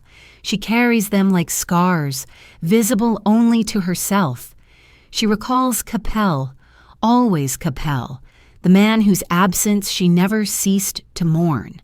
She recalls the artists and poets, the dukes and princes, the lovers and companions, the critics and rivals. Each memory drifts through her mind like smoke, lingering briefly before fading. She has lived many lives in one, yet in her final years they compress into a single truth. She has always been alone. Yet she does not despair. Loneliness she accepts as her fate, as the price of independence, as the shadow of ambition. She has built an empire, and in that empire she finds her justification. She tells herself that work is her salvation, and so she works until the end. Assistants watch her with astonishment, how she labors still in her 80s, correcting, fitting, designing, smoking endlessly. She is frail, yet her will is iron. She cannot stop. To stop would be to die. Her empire, meanwhile, is secure. No. 5 cells across the world. Her suits remain coveted. Her name is etched into the fabric of culture. She has achieved the permanence she always sought, though it is permanence through creation rather than companionship. She will leave behind no children, but her work will outlive her, as surely as scent lingers after the wearer has gone. Perhaps this is what she desired all along, to replace the absence of family and love with the permanence of legacy. Picture her walking one last time through her atelier. She pauses before a mannequin clothed in tweed, adjusts the braid with fingers that tremble slightly now, steps back, and nods. The assistants hold their breath, waiting for criticism, but none comes. She moves on, her back straight, her steps slow but steady. The atelier is quiet, reverent, as though all know they are witnessing not just another fitting, but a final chapter being written in silence. The clock strikes again, its chime echoing through her rich suite, carrying into the stillness of night. It is the same sound she has heard all her life, in convent halls, in stables, in salons, in ateliers. It is the sound of time, unyielding, unstoppable. And from this chime begins the next chapter, when even Coco Chanel, queen of fashion, cannot hold back the inevitable end. The echo of the chime fades, leaving behind the slow, familiar ticking that has marked every hour of her life. Coco sits in her chair at the Ritz, her cigarette glowing faintly, the the smoke curling upward toward mirrors that reflect her multiplied. She's in her late 80s now, her body fragile, her hair silvered, but her posture remains straight, her gaze still sharp. To those who pass her in the hotel corridors, she appears as she always has, elegant, untouchable, draped in black, pearls at her throat. Yet behind the facade, solitude presses heavily, as constant as the ticking clock. Her days follow ritual. Each morning she dresses carefully, her suit chosen with precision, her brooch fastened, her perfume applied. She walks through the gilded lobby of the Ritz with the dignity of a queen, nodding faintly at those who whisper her name. At her atelier she still presides, though the years weigh upon her. She adjusts hems, scolds assistants, critiques lines of fabric with eyes that never soften. Her authority remains unquestioned, her standards unrelenting. Yet she no longer works for survival, nor even for applause. She works because work is the only barrier between her and the silence of her suite, the silence that waits at night when the flowers wilt and the mirrors reflect only emptiness. Her tongue has grown sharper with age. She mocks the fashions of the younger generation, dismisses new designers with cutting words, laughs at the rebellion of youth. She insists that elegance will outlast all novelty, that her vision of simplicity will never die. Those around her smile, half in agreement, half in fear, for they know her words are both prophecy and self-defense. She clings to her philosophy because it is all she has left. Her friends have gone, her lovers are dead, her companions scattered. Only her work remains, and through it, her sense of immortality. Yet even as she speaks with defiance, those closest to her glimpse moments of vulnerability. In rare confidences, she admits her loneliness, confessing that she feels abandoned still, as she did in Aubazine when her father left her behind. She says that love came to her only once, with Capel, and that all since then has been shadows. She says she is tired, though she never allows fatigue to stop her from working. She says she has given everything to women, freedom, elegance, dignity, and that in return she has only solitude. Her words are sharp, but beneath them lies sorrow. Imagine her one evening, seated alone in her suite. The lamps glow softly, the Coromandel screens cast long shadows, the flowers in vases droop slightly at the edges. She sits with her cigarette, watching the smoke dissolve in the air, her eyes distant. She recalls her childhood, the convent halls, the nuns' habits of black and white. She recalls the cabaret songs, the laughter of soldiers. She recalls the stables, the laughter of Balsan, the passion of Capel. She recalls the first hats, the first shops, the perfume, the triumphs, the betrayals, the applause, the whispers of war, the snow of exile, the return. All of it passes before her, vivid yet unreal, as though it belonged to another life.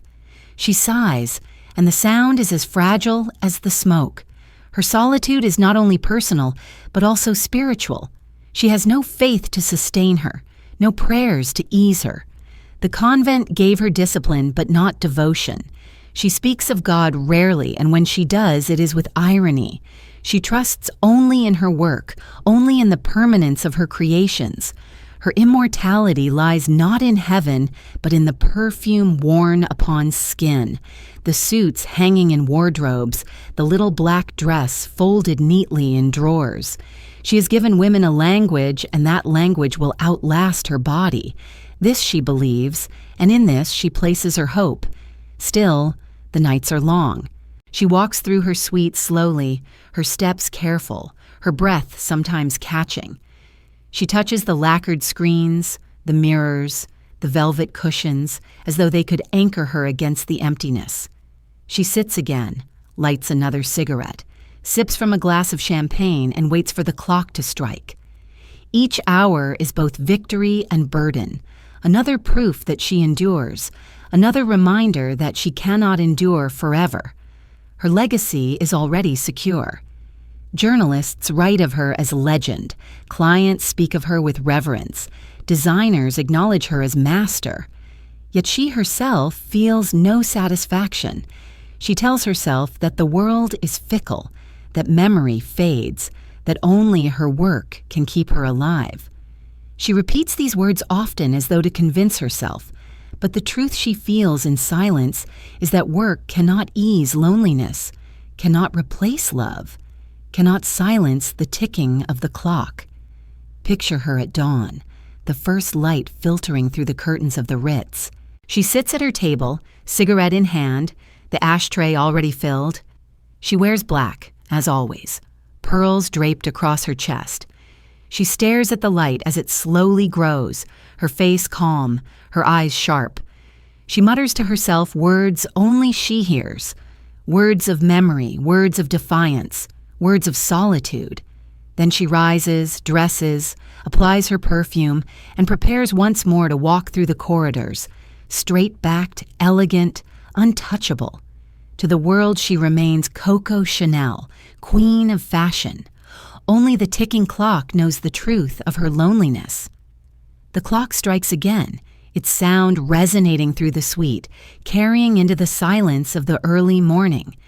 In that chime begins the next chapter, where the queen, though still enthroned, must finally bow to time, as the mirrors reflect only light, not form, and the end draws near. The chime of the early morning clock fades into the pale light filtering through the curtains of the Ritz. Paris stirs below, carriages and cars moving along cobbled streets, voices rising from cafes opening their shutters. In her suite, Coco Chanel begins another day as she always has, dressing in her own creation, pearls resting against her throat, perfume dabbed lightly on her wrists. At 87, her body is frail, her steps slower, yet she remains determined to move through the world as she once commanded it. To the staff of the Ritz, she is not simply a guest but a presence, a figure whose very passing through the corridors bends them into silence. She continues to work even now, her life still measured by fabrics and fittings. On her last day, she walks again to her atelier, her assistants at her side, her sharp eyes scanning garments with their habitual precision. She adjusts a sleeve, frowns at a seam, raises her hand in critique. She is tired, though she will not admit it, and her voice is softer than it once was. But her authority has not diminished. Every model, every assistant, every seamstress still looks to her, and she, even in her last hours, still decides. Work remains her only refuge, her only constant, her only answer to solitude. She returns to the Ritz in the afternoon, exhausted yet unwilling to rest. She smokes, she speaks a few words to her maid, she arranges her flowers as she has always done. The mirrors reflect her endlessly. The Coromandel screens surround her like sentinels. She sits in her armchair, gazing into the space between memory and silence. Outside, the world carries on, unaware that within this gilded suite, a legend is nearing her end. Her thoughts drift back, as they so often do, to Capel. Even after so many decades, she recalls his laughter, his cigarette flaring in the dark, the sea air of Deauville, the sound of hooves at dawn. She recalls the crash, the phone call, the silence that followed. She had built an empire since then, had conquered fashion, had become a symbol, but his absence remained the one truth she could never alter. In her final hours, it is his face she sees most clearly, his presence she feels most keenly. She whispers his name, though no one hears. She recalls, too, the convent, the orphanage, the sound of bells at dawn, the black and white of the nuns' habits. She recalls the cabaret halls, the laughter of men, the songs that gave her a name. She recalls the stables, the hats, the first shop, the first applause. She recalls the war, the whispers, the exile, the return. Her life passes before her like a gallery of images, each moment sharp yet fleeting, each memory both triumph and wound. She sighs, and the sound is almost a whisper of surrender. That evening, she tells her maid, "You see, This is how one dies. The words are not fearful, but matter of fact, as though death were merely another fitting, another detail in a life defined by precision. She reclines upon her bed, her head resting against the pillows, her cigarette extinguished. The ticking of the clock continues, steady, merciless, until it marks the moment when it will no longer be heard by her. She dies quietly, without spectacle, without audience. In the suite of the Ritz, surrounded by mirrors, flowers, and silence, Coco Chanel takes her final breath. Paris continues outside, unaware. The city that once adored her, despised her, whispered about her, applauded her, does not pause. Yet within that room, an era ends. The woman who dressed a century, who redefined elegance, who transformed fabric into freedom, has departed. Imagine the suite afterward. The cigarette smoke has faded, the perfume lingers faintly, the mirrors reflect only absence, the flowers wilt slowly in their vases. The Coromandel screens stand silent, their painted figures unmoved. The bed is empty now, the sheets cooling, the clock still ticking but no longer for her. Outside, the bells of Paris toll as they always do, indifferent yet eternal. News spreads slowly, then swiftly. The world learns that Coco Chanel is dead. Newspapers announce it, radios speak her name. Journalists write of her life, her triumphs, her controversies. Some recall her childhood poverty, her rise to power, her ruthless ambition. Others dwell upon her wartime associations, the whispers of betrayal. Many more celebrate her designs, her perfume, her legacy. The world debates, as it always has, but it also mourns. For with her passing, something larger than one life seems to have ended. In the streets of Paris, women still walk in her suits, still dab her perfume on their wrists, still step into their little black dresses. Her presence endures in them, even as her body rests in silence. She is gone, yet she is not. She has become not merely a woman, but a symbol, not merely a life, but a legend. Her work remains, her influence continues, her name persists. The orphan has outlived abandonment. The lover has outlived loss. The queen has outlived time. The suite at the Ritz remains quiet, a shrine of absence. The mirrors still reflect, though they no longer reflect her. The flowers still arrive, though she is not there to arrange them. The clock still ticks, though she no longer hears it. And from that silence begins the final chapter, where legacy is measured not in fabric or perfume, but in memory, in story, in the way her name lingers like a fragrance in the air long after the wearer has departed. The suite at the Ritz lies silent, the bed now empty, the mirrors reflecting only the pale light of dawn. Outside, Paris wakes, unaware that within those walls, a woman who had defined its elegance has breathed her last. The news begins as a whisper, passed quietly from lips to ears, then spreads with the rising of the sun. By midday, it is everywhere. Coco Chanel is dead.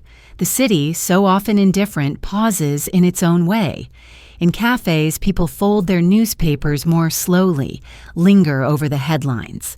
In salons, her clients exchange memories, their voices hushed as though they are speaking of a relative rather than a designer. In ateliers across Paris, scissors pause mid-cut. Seamstresses glance at one another, the silence of mourning shared wordlessly. Her funeral is held at the Church of La Madeleine, the neoclassical columns rising above the square, solemn and still. Outside, the winter air bites sharply, yet women arrive dressed in black, many wearing her suits, her pearls, her hats. They come not only to mourn, but to honor her in the language she gave them. Clothing as statement, simplicity as respect. Inside the church, white flowers are arranged in abundance, lilies and roses filling the air with a faint sweetness that mingles with candle smoke. The pews fill with aristocrats, artists, actresses, those who had worn her creations, those who had walked in her orbit. They bow their heads as the organ plays, their silence carrying more weight than words. The coffin rests at the front, draped simply without extravagance. Coco would not have wanted ornament, not in death any more than in life. She had once said that luxury must be comfortable, otherwise it is not luxury. Her funeral reflects that truth. Elegant, restrained, dignified. Friends and colleagues speak softly of her brilliance, of her sharpness, of her contradictions.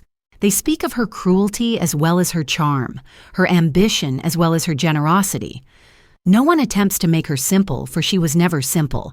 She was a woman of paradox, and those who knew her best knew that to flatten her into one truth would be to dishonor her entirely. Imagine the scene outside La Madeleine that day. The square filled with onlookers, ordinary Parisians who had never met her, but who felt they knew her nonetheless. Many of them wore touches of black, as though the entire city had chosen to honor her dress code.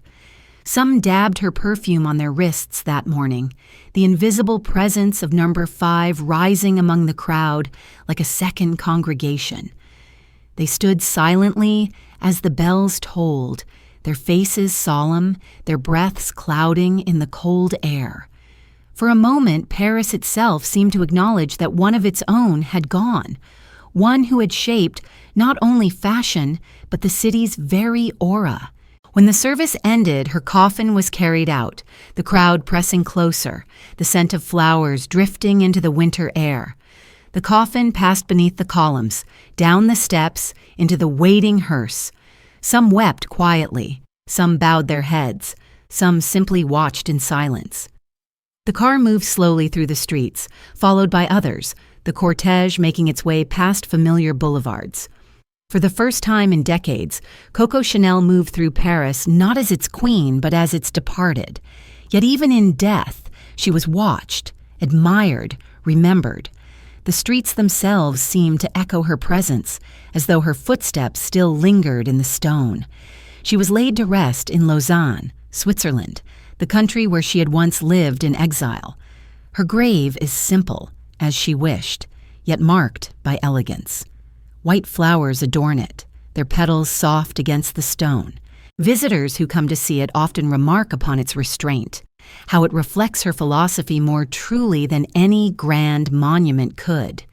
Here, she rests not in Paris, but in the quiet hills by the lake, a woman whose life had been both bound to and estranged from the city that made her. And yet, even as her body lay in the ground, her presence remained in Paris. In the shops, her perfume continued to sell. In wardrobes, her suits remained folded. On evenings, women slipped into their black dresses and clasped their pearls, embodying her vision without even thinking of her name. She had woven herself into daily life so completely that she could not be erased by death. Her absence was noted, her funeral mourned, but her presence persisted invisibly like a fragrance carried on the air long after the wearer has departed. The world reflected on her contradictions. Some praised her as a liberator, a woman who had freed bodies from corsets, who had given women dignity in simplicity. Others condemned her for her ruthlessness, her ambition, her wartime associations. Many debated whether she had been a genius or merely pragmatic, whether her vision was radical or simply timely. Yet in these debates lay the truth of her legacy. She was never one thing, never simple, never reducible. She was both liberator and opportunist, both genius and survivor, both saint of elegance and sinner of ambition. To speak of her is to accept paradox, to inhale perfume that is many scents at once, never just one. Imagine Paris at dusk in the days after her death. The city lights flicker on, the Seine glimmers, the streets fill with footsteps. Women walk past cafes, their skirts swaying freely, their jackets cut neatly, their wrists faintly perfumed.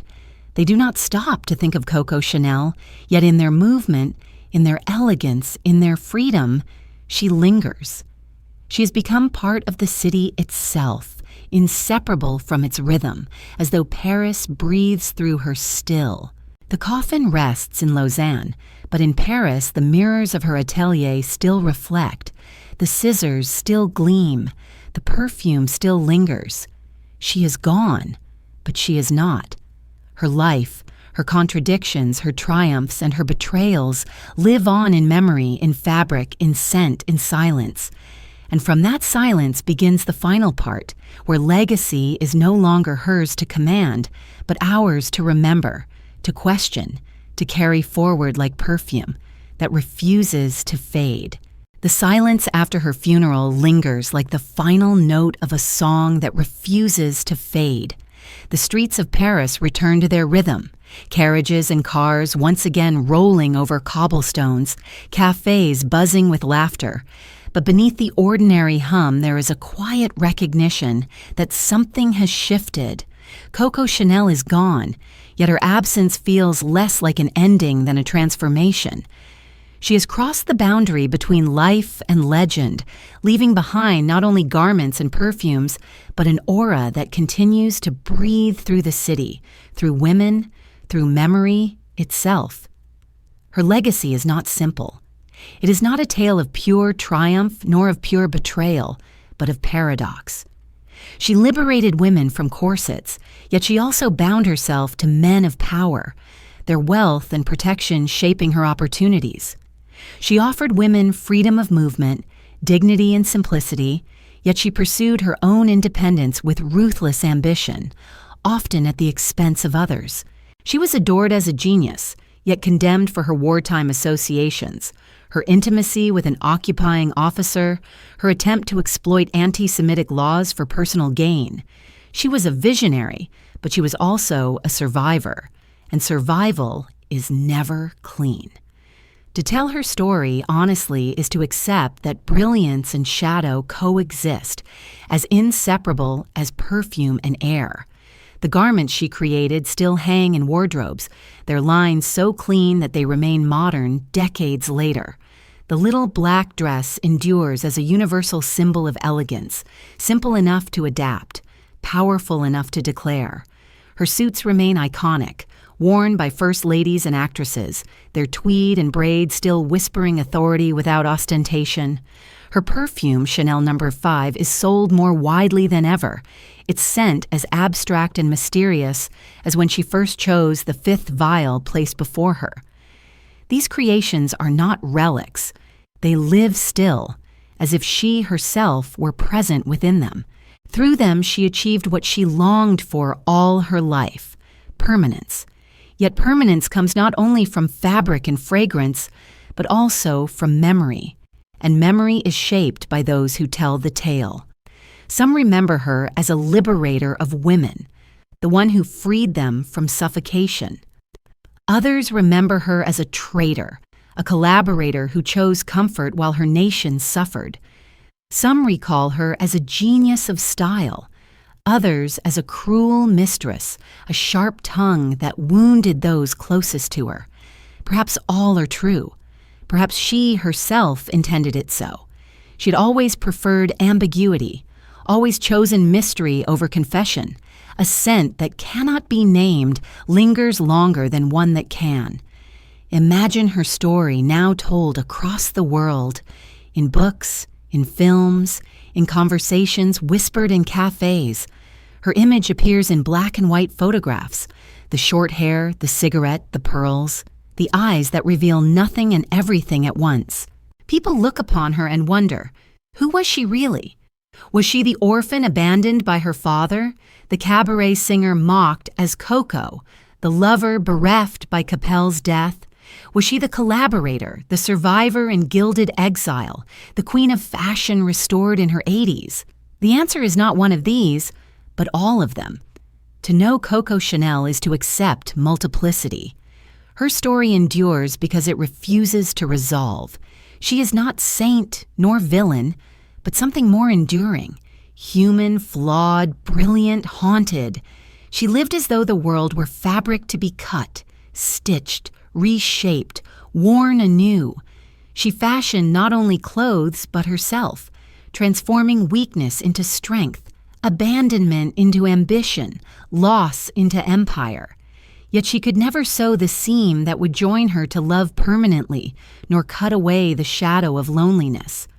Her life was an empire, but her nights were solitary. She gave women freedom, yet she never freed herself from solitude. And so her legacy is not a single truth, but a paradox we continue to hold. She is remembered in fragrance on the wrist of a woman passing through a city street. She is remembered in the sharp line of a jacket worn to an office. She is remembered in the little black dress folded in a drawer, ready for any occasion. She is remembered in the silence of a mirror that reflects only absence, but recalls her gaze. She is remembered in the questions we continue to ask, questions without answers, questions she would never have answered even if she could. Picture Paris at night now, decades after her death. The Seine glimmers under the lamps, the cafes spill laughter onto sidewalks, the streets are alive with footsteps.